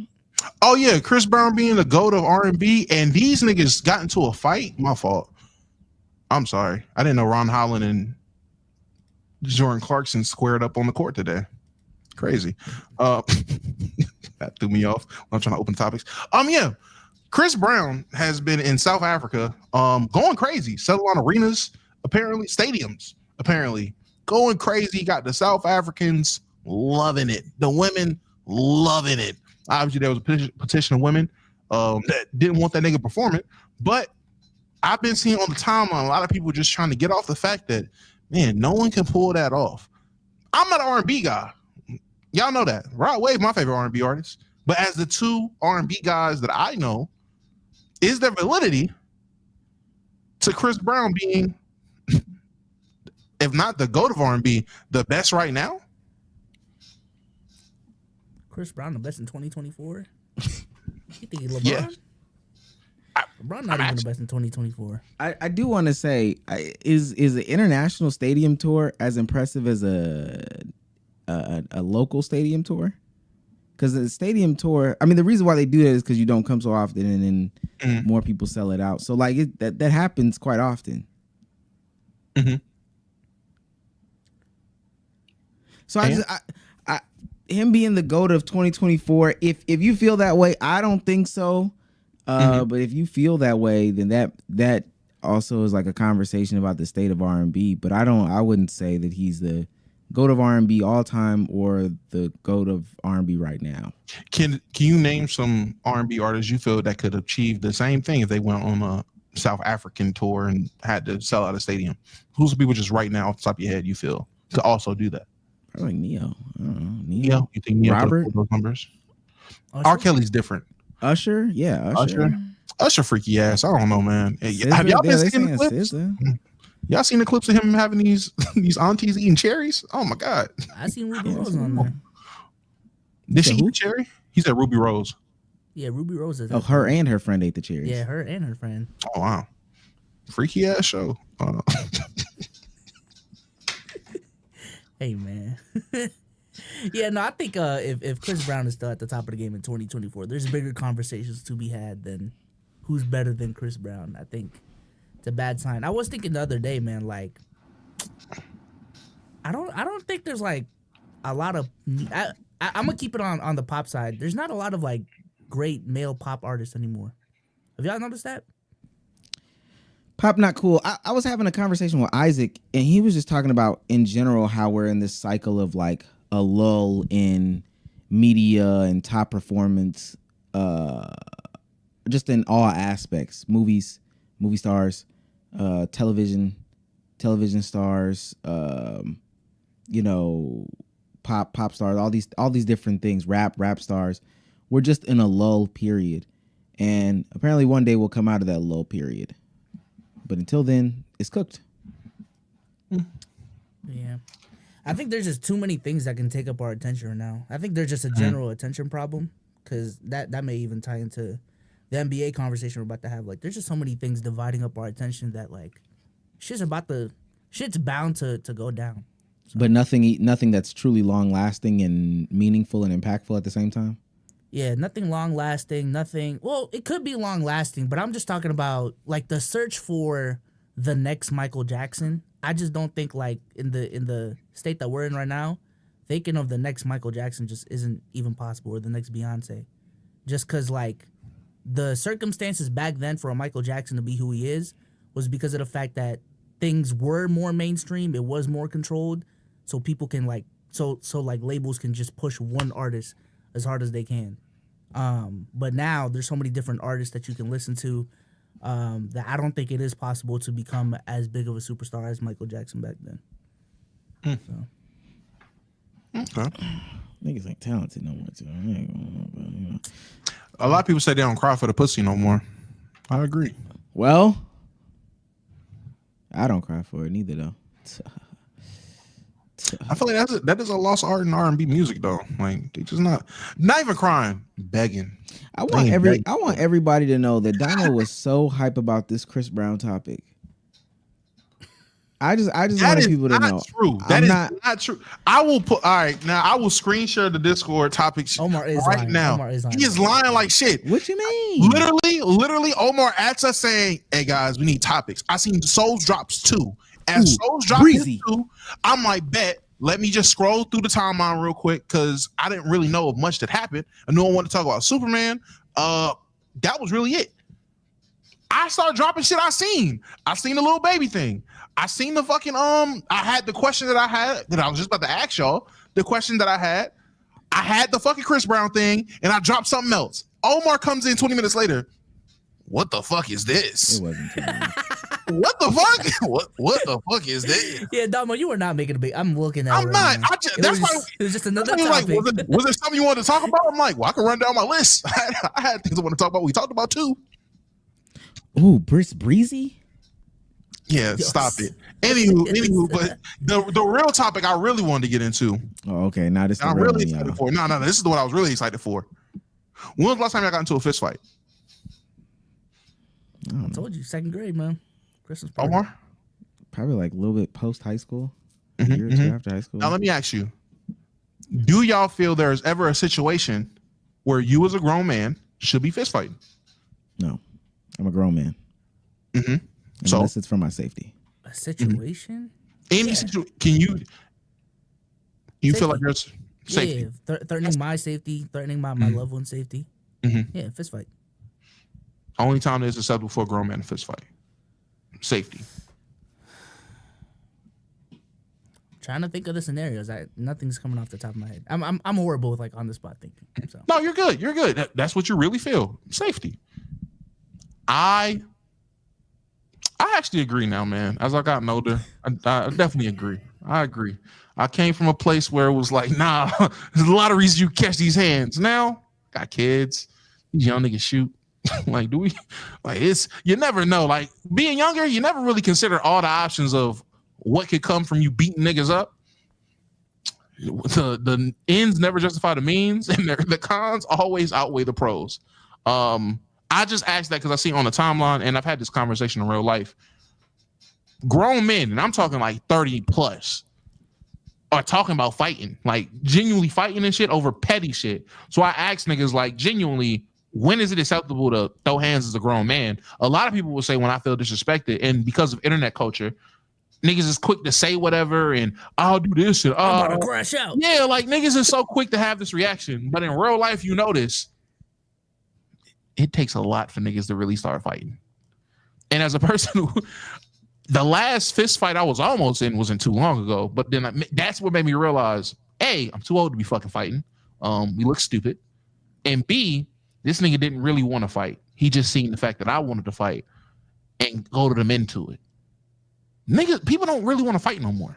I just feel like a majority of people, just in general, just want to be left alone and like just want to keep it pushing. Like I don't know. Maybe that's just the people I'm around, but I just want to keep it pushing, bro. Leave me the fuck alone. They want some head and they want to keep it pushing. Yeah. I know the two don't correlate, but I'm about to say I want some head and be left alone, I guess. Like me, I want pizza and chocolate milk. Fuck it, right? My woman better get. I see this chat. OD19 says Omar does anything to deny Chris Brown the best male singing talent / performer currently. If we're talking about strictly singing, because I don't think he's the best male performer, but even from a singing performer, is Usher not going crazy right now? I'd still rather watch Bruno Mars concert. That's just me though. That's all. I mean, that's ultimately what I'm saying is I don't think Chris Brown, and even as far as voice goes, he smokes cigarettes. I'm about to say, is he saying in combination, like the best singing / performer currently, like it has to be both? Because individually, I don't think he has a case for any of them individually, right? Yeah, I don't think he has a case for both. And honestly, by performer, I mean, I don't know. I haven't seen a Chris Brown concert. Every time I see clips, they all went to one before. They bleed together. They look the same. I don't know. Maybe I'm hating. Maybe I'm about to get the hate off, but it's the same shit. He always does one dance move where I'm like, is that really a dance move? Like, we counting that as dancing? I guess. I think. I mean, one we just saw. We saw Usher at the Super Bowl, and then we also saw. I mean, we've been seeing the clips of his concerts and how much people have been raving about it, and also, I mean, you can watch the concert. I don't know how or why people would be saying that. I just versus what you've seen of Chris Brown, because I know niggas ain't really actively. That's another thing too. Are y'all actively out there looking for the Chris Brown? Are y'all actively out there looking for these? I just don't. He's going on this crazy tour. I've yet to see a clip of it. We were forced to watch the Usher shit, not even just because of the cherry and the going out into the crowd and stuff, which should be a testament to his performance. But like, there's other portions that we've seen. So I don't know. I don't know.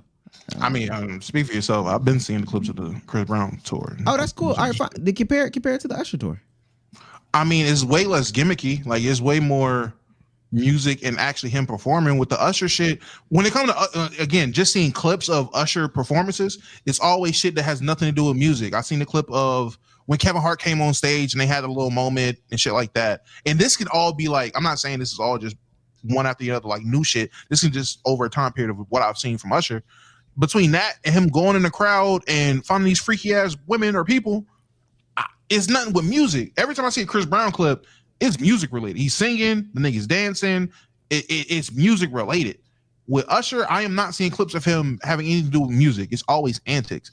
That's a negative for me. I mean, other people it could be a plus. For me, I think that's a negative. If dancing is going to be a big part of it, that's fine. I do want to introduce The Weeknd into this conversation too. As a performer, one of them ones. But also, wouldn't you say that that's a part of the performance? That's what I ultimately wanted to get into. Like, him doing crowd work is not a part of the performance? It can be a part of the performance, but it shouldn't overshadow the actual performing of the songs. But at the same time, I will say I can concede and say maybe these aunties is there to lick some cherries, my nigga. Like that's what they paid for. But also, you haven't seen too much of the other portions of the performance. I haven't. I'm just saying on based on what I've seen. Just come on a timeline between both of them. Yeah. Isn't Usher doing a Vegas residency? Yeah. All right, let's get into the ball talk, man. Hold on.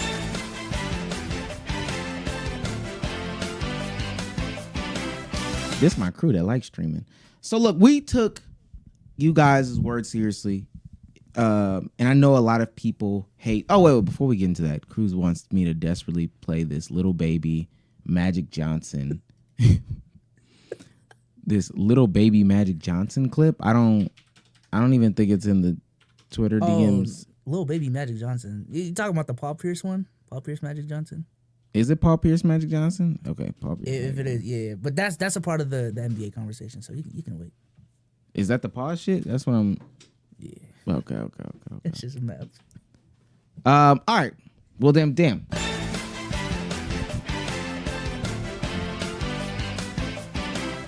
I don't even see it.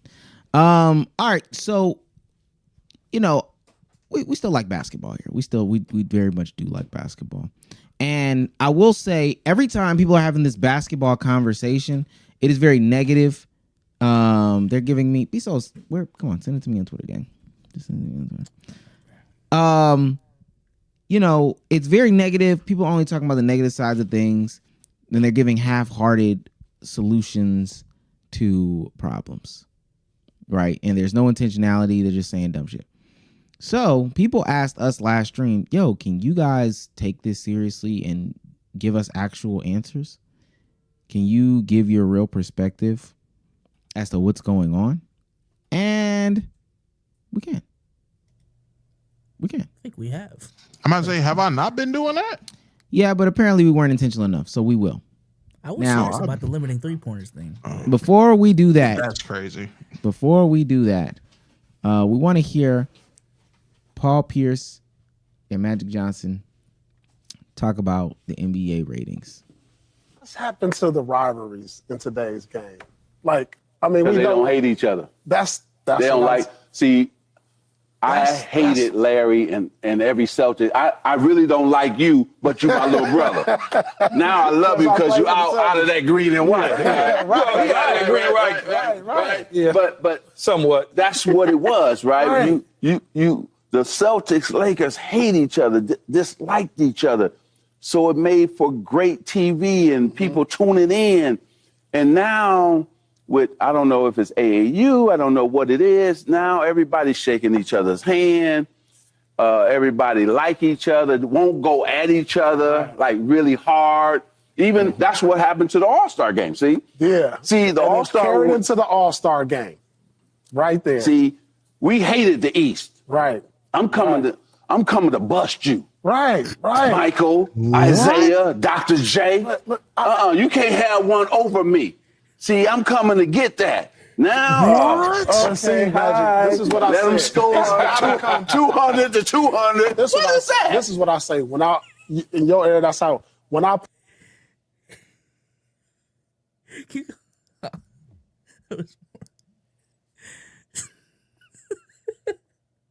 played, we was forced to play because Cole was gonna force you to play. That's right. Like you don't come out here lollygagging because he coming hard.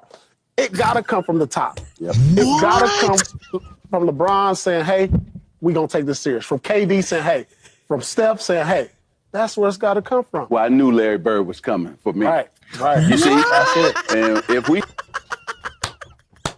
What the fuck? Why do they keep going?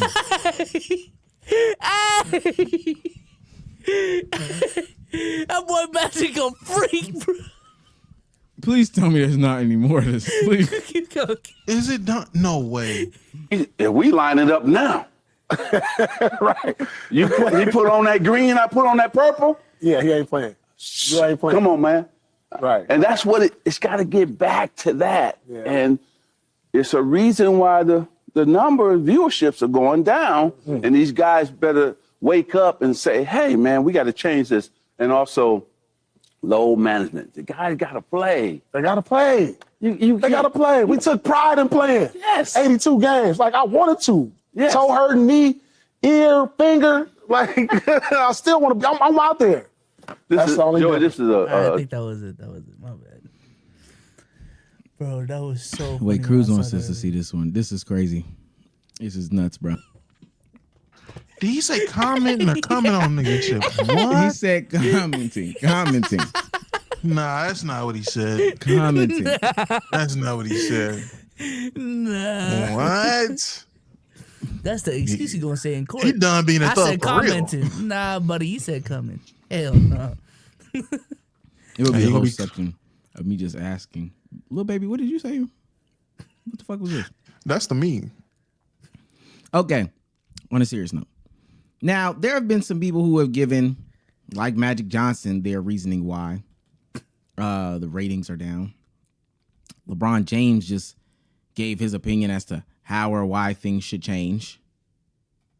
Right? Where is he at? It had to change. Something had to change. No, I did not. Okay. I was not part of the committee. He said he didn't like it. I think Book did too. Everyone has their own opinion. It's pretty unorthodox. Obviously. Yeah, I mean, it's different, in a sense. But I don't know. I don't really have a. We see. We see when we get there. It's different. Obviously, anytime you make some type of change, it's going to be some buck back. I don't know. I mean, I have my ideas of what could possibly work. That's kind of why. Yeah, I'd love to get. Yeah, I'm not going to do that. But like coming out of I'm not doing Indiana, that. when you saw the reaction. We got to do something. Obviously, the last couple of years have not been a great All-Star game that Sunday night. But I mean, listen, it's a bigger conversation. It's not just the All-Star game. It's our game in general. Our game is it's a lot of fucking threes being shot. Mm-hmm. So it's a bigger conversation, just the All-Star game. What do you want to? I'm not. I can't. He's sick of D-Lo. He's sick of Dalton, Connecticut. He tired of all this bullshit. All right. So we asked the community, what are some of the problems that we're facing in the NBA community? And how can we fix these things? Well, I'm gonna present a different perspective than what a lot of people are seeing. Damn, can we do the problems first and then you talk about fixing it? You talking about my fault. I was ready to go. I'm sorry. Nigga think he a PowerPoint. What are you doing?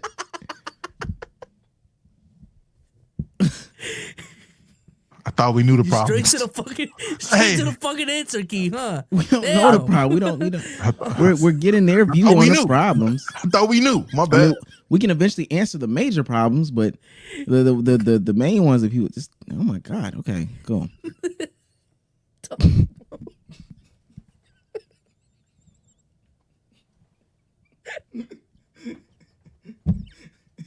I was ready to pod today, man. I'm sorry. I was ready. He was so excited. I was ready. Hey, man. I love basketball again. Dave, answer the phone, please, Dave, please. He said, Hey. "Damn, talk." I was ready. I was ready to answer. The nicknames for you are so hilarious, bro. Somebody said false start. All right, niggas having too much fun. All right, here we go. We're about to start bouncing. Oh, shit. You gonna be back on PC soon, man. Don't worry about it. Don't worry, man. Don't worry. I'll talk to Dave. All right, cool. Here we go. These are the problems. This is from Syed. In my opinion, the main problems with the NBA right now, no good way to watch the games easily. League pass, blackouts, and all the different channels needed to watch everything makes it inaccessible to casual fans, so they stick to the clips and Twitter. Although the pirated streams argument doesn't explain the decline of viewership, it still plays a part. Let's solve this one. Solve it right now. Solution. We're solution-based, this podcast. Go ahead, Damo. I don't want to false start this time. I was gonna let you go, gang. Well, now they blew us off the ball. They blew us off the ball because you want to see. Hey, yo, 5 crazy. second violation. Blew off the ball is wild. I'm saying, backcourt. So she did get you pizza. Look at that. It's crazy. She want to keep the household in order. I'll turn this bitch upside down for no reason. You gonna start leaving cabinets open again? Crazy. Take the the little legs that the couch stand on. Just take one of them off in the corner. Mm-hmm. Make it wobbly. She just leaning for no reason. I turned up in this house. In order to fix not the viewership issue, but the issue about channels and everything, I agree. It shouldn't be 17 different avenues to watch a fucking game, and these blackouts are dumb. I get why they are, is because these TV deals. Stop signing these dumbass shits and come out with NBA Red Zone, my nigga. There we go. That'll fix that right there. Making it NBA Red Zone channel or NBA Red Zone S thing for each day that the game is on that's easily accessible. Easy. Yeah, I think the solution is straight up not signing all these deals. But I've seen them deal numbers. I don't think it's just an easy, we'll pass on it so our viewers can have an easier experience. Like, I understand that's very short-term thinking, but we're talking about billion-dollar deals here. But if I were to come up with a solution, the NBA Red Zone is definitely interesting. Yeah,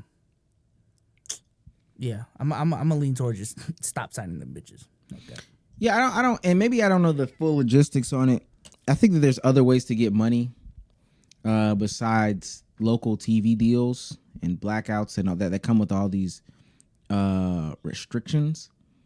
But also, does that hurt the viewership and the fandom for some of these different teams, these small market teams?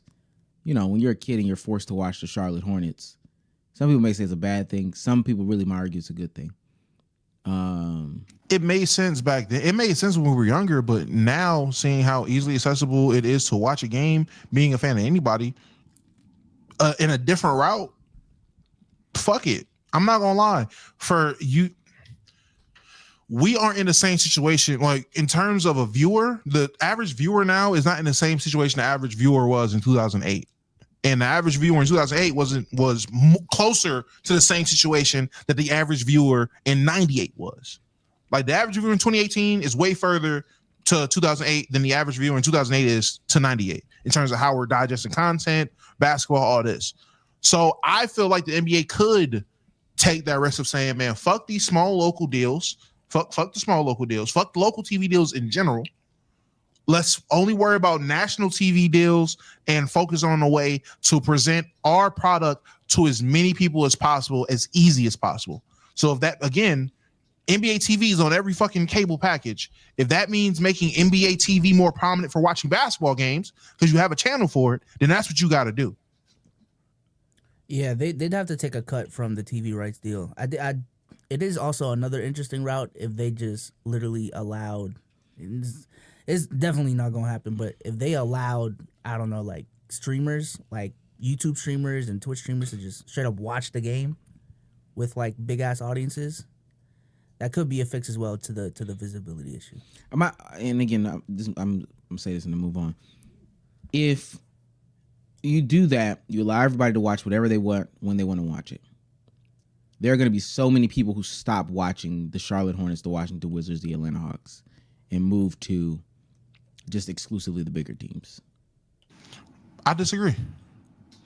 I think there's in these, if you can look on playback or you can look, was having a conversation at the very start of the pod, pre-pod, the super niche Charlotte Hornet fan is going to watch Charlotte Hornet content. They just are.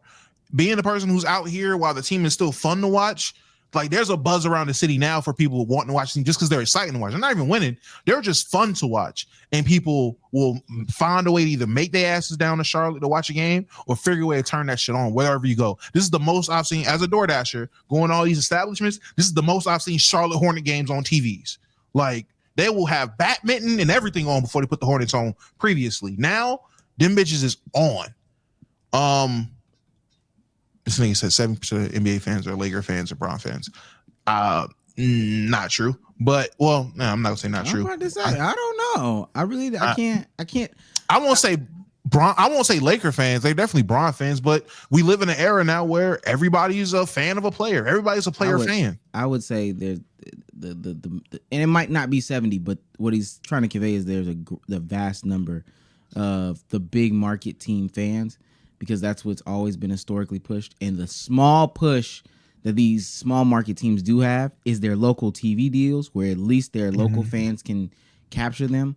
I think taking away that low-key force of doing it, it's not about today's fans. It's about this generation that's going to grow up that was supposed to be liking this team that's local and keeping them afloat. That's now going to be forced to, or now is that it's going to be cut down some because you have options.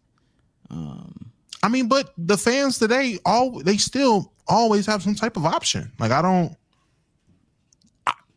know. Maybe I'm just thinking too narrow-minded about it, but what average teenager now doesn't have internet access?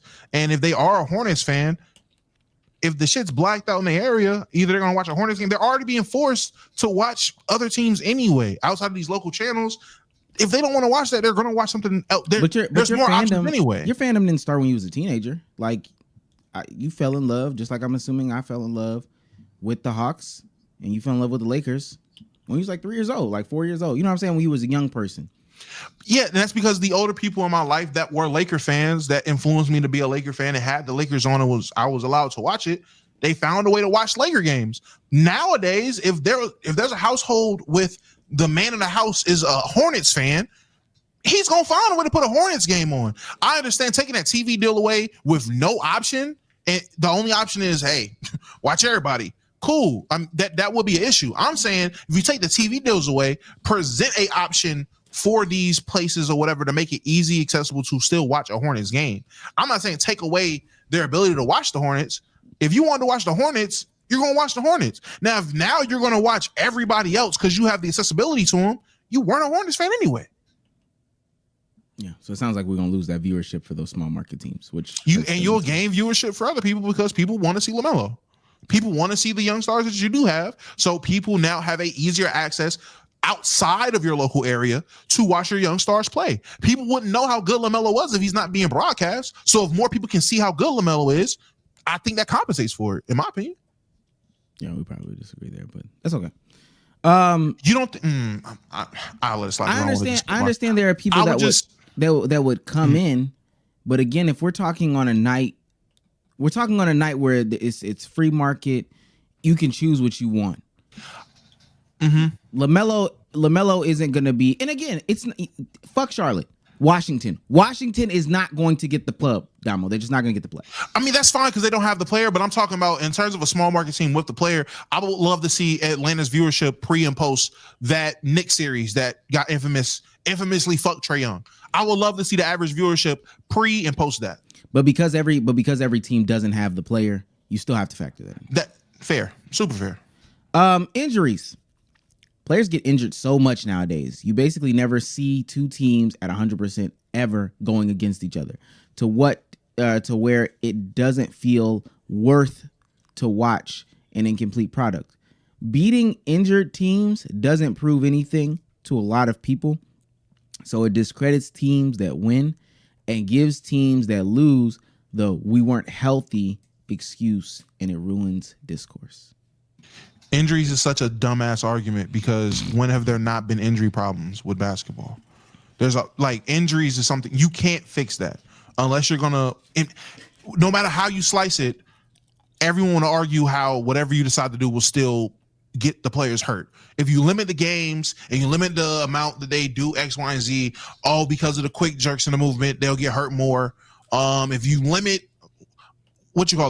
their bodies won't be used to it or whatever it is. Like I've heard the argument, if you lower the amount of games, it still will subject people to being hurt because their bodies are used to playing so many games, so many miles, doing so many times. Not doing it could fuck something up. I don't know. It's dumb. Like I said, it's very dumb talking about injuries because I need people to point at a time where injuries were never a problem, where injuries weren't prevalent. Growing up, teams were hurt. Like the Celtics infamously won a championship and was never able to win another one after 2008 because they kept getting hurt. Niggas wasn't talking about how injuries is fucking everything up then. Like injuries always been a problem. Yeah, I just don't know what the NBA specifically can control about injuries, because the arguments I've heard from players is like I've heard from Gilbert Arenas like it's a training thing, like they just don't prep before the season as much as they used to. And then I've also heard the theory of like, it starts from AAU, starts from high school. Like by the time they get into the league, they have a lot of mileage on their body, and that's why they break down once they get into the league. So there's a bunch of different theories about it, but when it comes to the NBA, it's gonna be hard for them to control. I know I'm not giving a lot of solutions right now, but I think that this is the part of the problem is like it is a multifaceted fucking issue that isn't just about the NBA, to be honest with you. So I seen Cruz put down there is simple data that shows missed games from players. Is it actually missed games from actual injuries or from resting? Is it just counting games from players that are actually hurt, or is it about to show me, oh, well, so many guys are missing games? All right, nigga, we know LeBron is fucking resting in 2016 or 17. We know that Pop is sitting all the Spurs when it comes to March because they already got 60 wins or whatever the case is. Like, are we actually talking injuries or are we talking resting as well in that data? He's talking just injuries. There are more injured players today than there has been in the past. But also, even as like JJ Redick will talk about, it's because of the distance or I think it's the distance traveled in the NBA game and the average speed. There's more wear and tear on your body than there's ever been before. I understand that they talk about people banging in the post back then, but like Coach Nick said and highlighted in his Michael Jordan video, I mean, there are times where guys are just flat out resting on sides of the court because this is just how basketball was, played. It was played in such a Neanderthal-esque way that it had people just sitting and standing and waiting and not doing anything. Sure, you might get hit on the screen, but if the screen leads to nowhere and you're just not doing this and people aren't traveling to the three-point line, but how spread out they are statistically is just more. I think the answer is it is less games. Just there has to be a way to put less wear and tear on people's bodies. I don't necessarily agree with what Gil said. I think what we're saying in this conversation is true for all sports too, because if I'm not mistaken, that same data that Cruz is referencing, there's injuries up in all sports. But that's just because people are probably faster, bigger, stronger, to the point where like the human body hasn't really adapted that well. So maybe in the next set of evolution, you do get more joints. Maybe you do get more, hamstring durability, or you're born with extra cartilage in the knee because we're just putting so much wear and tear on the current version of the human body. Honestly, I know it sounds crazy. Either we lessen the amount of games, maybe put some restrictions on the playing field itself because athletes are just so much more, or you just got to wait for Evolution 2.0 to drop. I think one thing I'm definitely trying to be cautious about this conversation now that like people are just dunking on the NBA, all pun intended, is like what can the NBA actually control, and what are the setup problems that are also just exclusive to the NBA, and what isn't? You know what I'm saying? Like again, if there's just a whole attention problem within media, then you can't really blame Adam Silver for that when that's something going on throughout all different medias. Like we've had the conversation on the pod before of like a lot of industries just relying on late 2000s IP, early 2000s IP in 2024. If that's something that's going on within a bunch of industries, then I don't think that's necessarily something wrong with the NBA. It's just maybe it's an archaic marketing scheme or whatever. Like you can blame that, so the NBA needs to adjust with that. But yeah, man, archaic is definitely the word I was trying to find. Yeah, people are just moving too fast. So honestly, potentially making the field to play smaller. I ain't gonna lie. I know that sounds crazy. I don't know why it's not popping up. I know that might sound crazy, but it's gonna have people travel the game too much, shorter Omar. distance. Bad marketing / lack of a face. The league is in so much trouble in getting people to watch with LeBron, Steph, KD in their final years. The lack of a monoculture in the U.S. also ruins this for other industries too. because watch how involved the crowd is for other countries, and you'll notice the difference. Despite liking parity, people love watching dominance from a dynasty. Now, hear me out. Mm-hmm. My quick answer. One, this one, all these are multifaceted. We have to change expectation. Two, we have to cut teams out of the league. I agree with him about the dominance, the dynasty, and it'll make it so much easier to make a face. We can't do that with the way this shit is currently structured, with how many teams are. And people talking about expanding. I think that's going to make it. You think lessening the teams, if the goal is to create like a dynasty, you think lessening the teams would make that easier? Because I think it make it harder. Lessening the teams, in my opinion, will make it easier. The flip side of that, you could add more teams, and a team that is established for a certain time period will just start running them off because the league is watered down, because it is, expanded. But I think lessening the teams, I know it sounds crazy. It might put like a Jokic on the Celtics, and then they just run it off for 6. But you have to lessen teams and boost salary. It's a lot of shit you have to do. Lessen teams, boost the salary cap, and how much team probably just take off the salary cap in general. If we really want to just dive deep dick in it, like fuck it, no salary cap, whoever you want, fuck it. I would say, I've been saying the marketing for the NBA is dumb.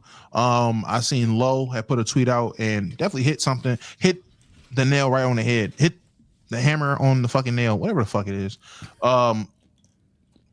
There were so many young stars that didn't pan out that fucked everything up in the mid 2010s going forward.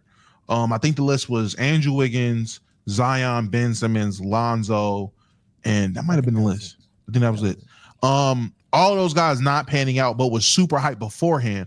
That's a part of it. The second half of that is when guys like that don't pan out, the NBA does a shitty job boosting up the young guys that are panning out, that are doing good, that are playing at a high level.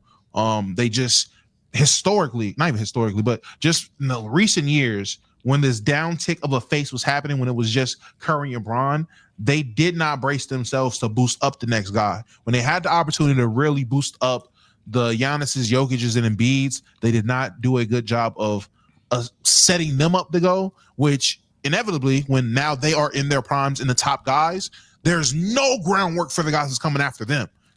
Like, niggas don't know what Cade can do until this year, which is crazy to me because I've been advocating for Cade.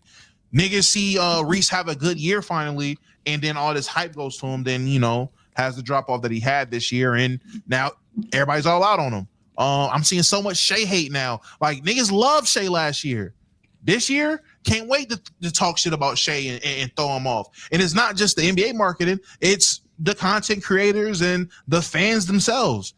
Y'all are so quick to turn on the young guys. Y'all are so quick to do it. Honestly, I think that's a learned behavior from the mainstream media. And someone had to take on Twitter of like, I ain't gonna lie, TNT alone might be a cause for the media storm that we're in right now. Because we did. I'm gonna say, we were the people on Twitter with that take. Well, hold on, I was. Was it you? Whoa. I thought it was someone else. I've been saying that. No, nigga, that was me. I've been saying it. What are we talking about? All right. Well, whoever it is, stop. Hold on. Okay. Damo. Stop. Here we go. No, Omar, you stop. I've been saying it was a problem how they talked about a young product, being the advocate of the young product on the podcast. What are we talking about? I've been saying that. I was saying that shit when I was on PC. Before PC. Even in the community, they've noted that it was me, and that's okay. Drop the Carfax. I'm about to say drop the Carfax. I hate when, because specifically you do that. Hey, go look it up in our 3-hour pods that we've been doing 2 times a week. You just said that they confirmed it. Drop the Carfax. Show me who said it. Show me. Show me Omar's teeth. Show me Omar's teeth going in the goddamn community. Dropping it. Show me when you said it. Show me when you said it. Come on, bro. Bet I got you. I will. Go ahead, Jesus Christ. But yeah, I think the difference between TNT and ESPN and like independents like us is they're literally being paid indirectly, at the very least, if not directly, by the NBA to promote and brand their product. Also, a lot of people get their talking points off of the TNTs of the world, the ESPNs, the First Takes of the world. So if they're going on their platforms and talking down on the product, then hey, NBA, hey, it gonna sound like propaganda to y'all here, but that's a part of why people get paid to promote shit, is to gas shit up. So I don't know. Plus, I personally think, and I said this under my brother's tweet, that the expectation is just so astronomically unobtainable now. Like, people have to basically play at damn near perfect levels for the next 3 years in order for them to be in any sort of conversations. And that 3 means MVP chip, 50, 40, 90. You got to do it efficient too. If you don't do it efficient, it don't matter. Yeah. Handling the ball, playmaking as well. Shooting, you have to be able to shoot the basketball too. Well, I said 40. Well, and that's on good attempts. You have to be like basically a perfect player for people to appreciate you, even if you have uniqueness to your game. Like, I think that in any other era, Wemby would be like regarded as top of the top, super great, da. Didn't shoot no threes, but averaged the 5 blocks that he probably could, the 6 blocks that he really probably could in another era, for real, right? And this is the only era that'll be like, he's not shooting threes. He too weak down there. That's his problem. He's not shooting threes. Even now, that was one of the things about it. 7-5 with a game on a perimeter like this. Now, he's not posting up enough. He's got no post moves. It's like, damn. Year 2, bro. And it just started. It's year 2, and I can't give you all of it. And like, what do you want? And again, at the same time, now then, if you start putting it together, we have to grade you off of this LeBron, Jordan, Curry scale. All right, what's the efficiency looking like? What's the winning looking like? Are you attaining these accolades? And I think that a good amount of people say these things about these people. Plus the preconceived notions. I know when we talk about bad marketing, but I think that this also plays into it. The preconceived notions about players follow through their careers, and if nobody's ever getting those things off of these players, then people will never believe it. If Jokic became a Giannis level defender today, there will be a collective of people who would not know, would not care to fact check, would just continue to perpetuate he's not a good defender.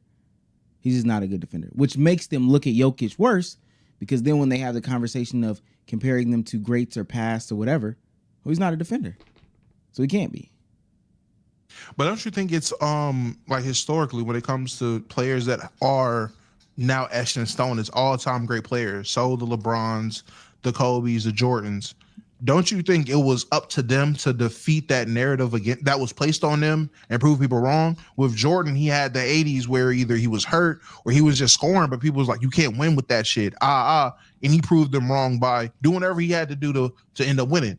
And then the narrative was shed, and then he started ringing them off, and now he's the GOAT. With Kobe, he's Shaq's sidekick. He's a sidekick. He's a selfish player, this, that, and the third. But then he rings off 2 rings, and it's like, now Kobe's the ultimate competitor. Mamba mentality. It's not selfishness no more. With LeBron, he's not clutch. He's this, that, and the third.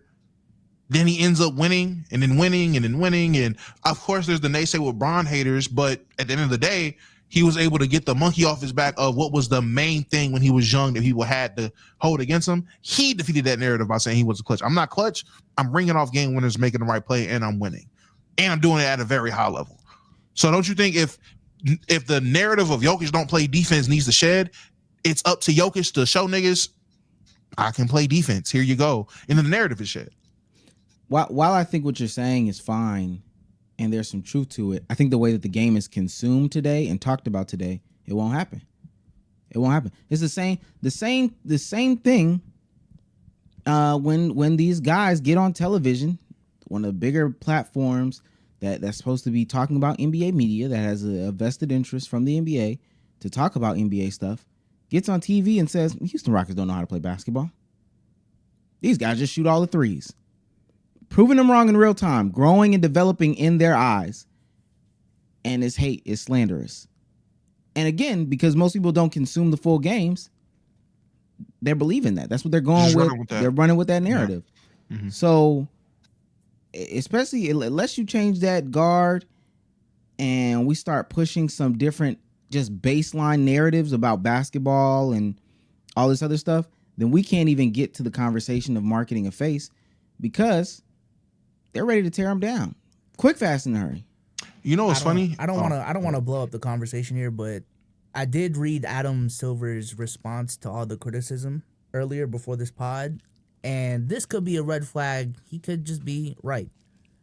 It does not sound like Adam Silver really cares about the ratings. I ain't gonna lie. Like his belief is that the game is fine.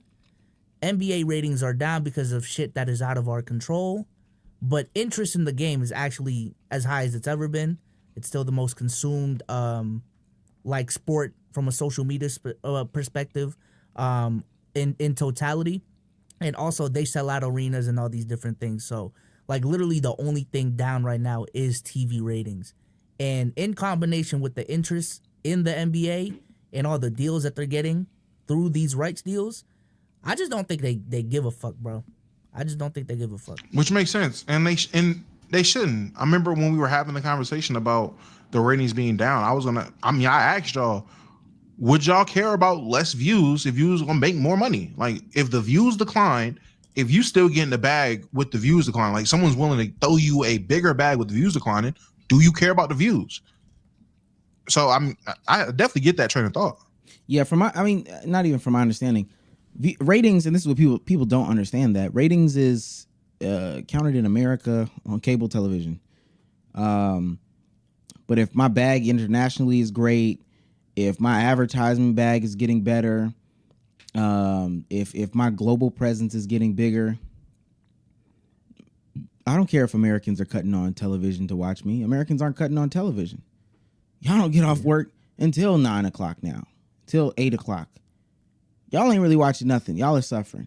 But in these other countries and on social media when you're at work or whatever the case may be, you cutting me on, you watching me. You're consuming the media in some way, shape, form, or fashion. And that goes to even a point that what's it called? This is the next point that he has. Lack of loyalty. Sometimes being a bootlicker pays off because it's hard to develop rivalries and getting attached to players and teams. Then there's so much movement with teams trading their entire future for players that barely stay long enough to do any meaningful impact. Those Steph versus Ja matchups, for example, were must watch, but players don't even pretend to be competitive with each other. Again, it's the same conversation. I think that's why I read it last. Same conversation. I don't care about that because I'm getting a lot of money from other places and spaces. It actually doesn't benefit me to be in some sort of rivalry and do X, Y, and Z when I could be collaborating with John Morant to make more money. I just think that's such a short-term deal. I think it's the equivalent of like streamers getting their Kick deals and going to Kick and getting this large sum of money and then getting lazy and now their viewers are down, and then when it's up, they can't renegotiate a higher number because their views are down. Now they got to go back to, their roots, make the product better, and get more viewership. So, hey, I can't even say it's short-term minded because the money they're making is like long-term ass fucking money. But I don't know, bro. I don't know. I just don't think that's a good mindset to have. I think when your core fan base is literally complaining by the day that there is a problem with this shit, you can't just shove it off as they're just bitching. Well, I mean, they don't care about first of all, NBA fans don't care about the actual rivalries that are going on. So you don't acknowledge when players don't actually like each other. I thought it would have been way crazy that Draymond Green game went and dunked on fucking Rudy Gobert and did the night shit after choking him out and calling him a bum last season. I would think the internet would explode. It was cool. It was a cool little moment, and niggas moved on. Y'all don't care about rivalries. You just don't. I'm sick of the rivalry conversation. Y'all don't care when there are actual rivals. Y'all don't give a fuck about those games. These players, a lot of these niggas are not coming from the same circumstances niggas came from in 86, 94, 2001. Like they are not coming from these situations. There are still NBA players that are making the league that came from the struggle. There are also way more NBA players that grew up privileged. There are way more NBA players that grew up just having to play basketball. Like this wasn't life or death for them. They had options. So these are different dogs in the fight. These ain't even dogs no more. These are, I don't know what the alpacas. I don't know. They're not dogs though. Like we got a bunch of y'all want non-dogs to be dogs. These niggas ain't dogs. I'm sorry. There are a couple dogs. Ant's still a dog. You can spot Luca's a dog, but there's not a lot of dogs anymore, and that's okay. That's what the game is. The game ain't full of dogs no more because a lot of NBA players have babies. Every time I look, Gil got another child that's dope at basketball. Like boy or girl. There's just 7 Arenases in high school right now, all ready to dominate. And they're not about to come to the league ready to get rivals. They about to come play basketball. That's the rival conversation is dumb. You don't care about the rivalries. The players don't care. A lot of these players don't love basketball. They like basketball. Why am I about to beef with niggas over some shit I don't love? What does that make? Why does that make sense? I'm gonna say this to get us out of here. My closing thing, and this is my fix for a lot of the issues. I think when it rains, it pours. And I don't want to invalidate anybody. I know I made the joke earlier talking about Joe Budden podcast and their perception of the basketball. And I think that's the view of the casual viewer, even if it's fictitious, even if there's no statistical evidence to back anything that they're saying or, validate their claims or anything like that. If they believe somebody averages 136 points and nobody does that, perception is key. So I would want to know why, investigate why, and try to solve the why. And I think a big portion of the conversation is people that have pessimistic talking points and viewpoints all the time. So my first step over anything would be getting anybody and everybody that has any pessimism about the game of basketball away from the game of basketball. If they created media independently, that's perfectly fine. But the NBA should not sponsor or endorse anybody that talks about the game in a pessimistic way that will deter people from consuming it because they're persuading their mentality and their mindset. It really for real, we cannot stress this enough, does not help when the older guys are talking about how bad the young guys are, and that does not do anything for the game at all. Like, and last thing I'm saying, somebody talked about Shaq saying the threes, and you just got to stop shooting threes and stop taking these shots or whatever. And somebody was like, it just, for the life of me, the fascination with these older, flawed players on sides of the basketball is amazing. And it's so crazy that they're willing to sacrifice having better players on court, the actual quality of the sport, the to get to the end goal and objective, to say that they have Andre Roberson on the court because he's a defensive stopper, and we need those in the league.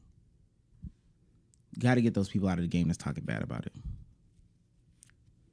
I agree. Type shit. I mean, I agree. I don't. You said you want to get us out of here, man. Yeah. Let's read these last couple of super chats. Get the fuck on.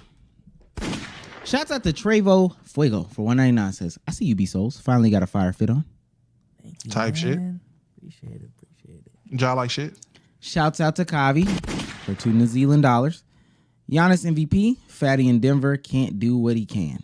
You're the problem, buddy. You're a part of the problem. Shouts out to Cool Bro. He's on fire. Since everyone is brighter, bigger, and faster, make the courts bigger, as in wider, because there are so many alien-like players now. They need space. I saw this too. I think this is a bad take. Somebody said, that's what they said as a fix on the Joe Budden podcast. Or just push the threes back. Just push the 3-point line back. Gang, they would just shoot it farther. I say they're just gonna shoot from deep. Like, it's not gonna change. I say cut off the corners. And I promise you, the 2 to 3 years, that might be a stretch. The 2 to 3 years of bad shooting percentages are going to be fixed that fast, because I saw Al Horford become a 3-point shooter, a legitimate 3-point threat in an off season. I saw Brook Lopez take 2. So if you think, I don't know what the 3-point line is, 27 feet. If you think pushing it to 30 is going to make that much of a difference in the long run. It's not. And if anything, pushing it back spaces everybody out more. That middle is going to be so wide open. People are going to drive the fucking ball crazy style because the threat of it's so far from the basket. It's going to be so much more ground to cover and so many more injuries. That's a really bad idea. It's a really bad idea. Just cut off corner threes, man. Cut that bitch off. Above the break only. 3-point attempts, man. Rio the GOAT for $4.99 says they don't hate each other like we did. Same dude whose pregame rituals in the finals versus Detroit was to tongue kiss IT at half court. Okay, Magic. Type shit, man.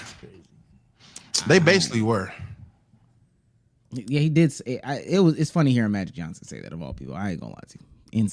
Insane here. Shout out to J.O. He's on fire for $4.99 says Damo was tired of them worst hairline allegations. Crazy thing is, I didn't get a haircut. I just braided my hair. Like this isn't. I didn't get a cut. Yeah, they slurping you up, gang. They not. They just niggas get to see my hair because I keep wearing do-rags. Shout out to Patrick Hill for $5. He's on fire. Hot take: Marvel movies now are still good. People just be talking. Name 3 bad movies, not naming Thor. No periods. It was hard to read that for a second. I ain't gonna lie. Are you serious? Eternals. Actually, Eternals kind of growing on me. I ain't gonna lie.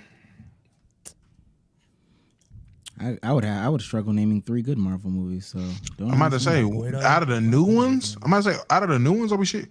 Are we fucking serious? What was that nigga's name? Morbius. Morbius. I mean, Morbius is a Marvel movie. The fucking the what's his name? The shit with the spider bitches. That was Madam Web. Trash. That's Venom, two. All the Venom movies. Kind of is gonna be these aren't MCU movies, but he said Marvel movies. He didn't say MCU. All the Venom movies. He just said Marvel movie, and he said new Marvel movies at that. Big trash. We done with the 90s. That's Sony. Nigga said that's Sony. Anyway, see, I knew he was gonna say that. Didn't nobody say DC Marvel? He just said Marvel. Shout out to Kratos. He's on fire. The Banshee for $4.99 says memories are a doubtable edge sword. Double. I think he meant double. Memories are a double-edged sword. How do you deal with grief? Context: father figure died a couple months ago. I'm not gonna lie. Everybody's grieving process is different. I know for me, hell, my granddad died a year ago, and I'm still grieving that shit. Like I still get my moments of having moments. Grief is hard because you never really deal with it until you deal with it, and I don't think there's a blueprint on how to deal with the game. Knock on wood, I actually haven't dealt with much death in my life, so I will not answer this question. My response is gonna be crazy. It's coming. I mean, death is unavoidable. Yeah. So, but I mean, go through it. Experience everything. Go through it and experience everything. It gets better and then it gets worse again. I would say on some real shit, no cap, the shit that helps me, I still like talk to my granddad. Like if I want to drive by myself, if I had a question I wanted to ask him like about parenting, because he died before my babies was born. So if I had a question about parenting, I would just fucking ask it, openly ask it. Like he's there. Like and just have a conversation just to get through this shit. Cause I ain't gonna lie, that's really what grief, like the shit hits me the most it's when I have that moment of wanting to ask them something or missing their voice or something like that. That's when it hits me hardest. Shouts out to Kev for $2 says, hey yo, Jordan Clarkson and Ron Holland squaring up? That shit was hilarious. Why is Jordan Clarkson square with everybody? No one swung. Shouts out to Visit Man. Oh, we did that one already. Oh, last one. I was rooting for Jordan, man, Filipino. Oh, we seen that too. Y'all remember that? Oh, wait. Lover Boy says these Taco Bell nuggets going crazy in my stomach. Nigga, that's kangaroo meat. It should be. It's about just jumping and kicking right now, ain't it? I hate that argument. Not let me. Do y'all remember nuggets? Do y'all remember that that 8th grader? Taco Bell nuggets is pig shit, literally. I'm sorry. Go ahead. Y'all remember that 8th grade girl that I went to go see that one time? Mm-hmm. And I was talking about it. dog, she is averaging like 37 as a ninth grader in varsity. God damn. Yeah. The games are fucking crazy. She got a sister too. Not as good, but shouts out to them. They're fucking hooping. That's crazy. Wait, is the sister older or younger? 1 year older. She's like a sophomore. Oh, yeah. No, that go. She'll end up going probably D1, smaller D1, but this girl that I'm talking about, she'll either go to like UConn, South Carolina, or like UCLA or USC. Bro, and not even trying to bullshit, but like her options, her offers already are pretty much every single D1 school that's not the schools that we just named. What you call it? That's the one that you showed the clip of her dropping the old girl, right? Like you dropped that one little girl. Yeah. Made her fall and then yeah. No, she is. That shit crazy. Hey, I ain't trying to. I don't want to jump the gun.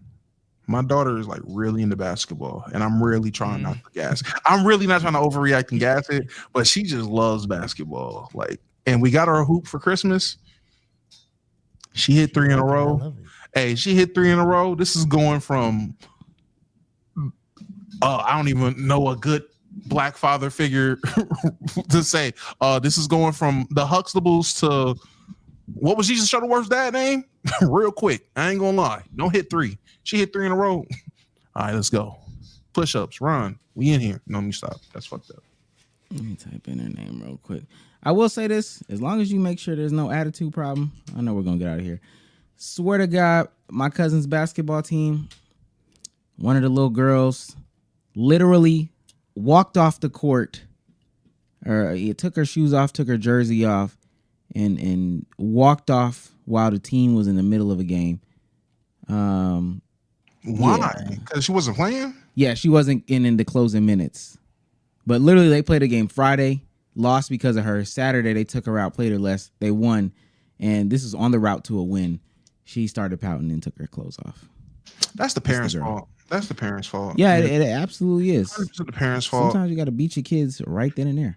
Sometimes you got to beat the parents. That's why I couldn't be a coach. I wanted to coach for a little bit. Then I was like, you know what? Nah, because I'm going to be real with your kids. And the last thing I need is the one thing worse than a delusional player is a delusional parent. Because when you got a Lonzo Ball dad with a LiAngelo Ball son, boy, oh boy, is it hard to fucking coach. I think it depends on the program that you're at, too. I know for a fact now, because my girlfriend tells me to coach, I would never coach rec ball. Rec ball, you got to play the kids. That's that bullshit that they got going on. School ball, I ain't got to play the kids. You can bitch in my ear, and I'm going to just tell you about your kid. So. My talent too. I ain't gonna lie. I would say school ball. My talent too small. And I remember when I was playing 8th grade ball, we lost a championship game because of coaching decision. Shout out to Alexis, my friend Alexis. His big brother came on the court. Mr. Moore. I was like, oh my God. So yeah, nah. I live in way too small of a town for that. How much experience do y'all think you need to have to like coach your local middle school? Zero. Middle school team? Zero. Some school. I think you should have some coaching experience for school ball. Rec ball, none. But no. He said, how much do you need? How much experience do you need to coach? He said middle school. Some experience. Coaching experience. Do you need? Is the answer is 0. Now, should you have? The answer is some. I get what you're saying. I'm be honest with you because I figured this out because I've been asked. My homeboy been asked to do it. The one that came and recorded us when we was in Atlanta the last time when we went to that rec center. He's a teacher, and when it comes to youth sports and really it's volunteerism, people don't want to do this stuff. So what they do is they ask the available teachers, hey, does anybody want to get a pay bump? Everybody in here making $30,000, $40,000, $50,000 a year. Do you want to get a pay bump? Cool. It's being the 8th grade boys basketball coach. Yeah. We're going to give you about $20,000 more. We want to have a basketball team at the school. Do you know anything about basketball? Sure. You ain't never had no coaching experience in your life. Really what they need is a chaperone for this after school program. And you're saying yes. I mean, Yes, that's what it He's is. not lying. I mean, I have to say he's not lying. My school ball coaches genuinely, it was the art teacher, and the bus driver.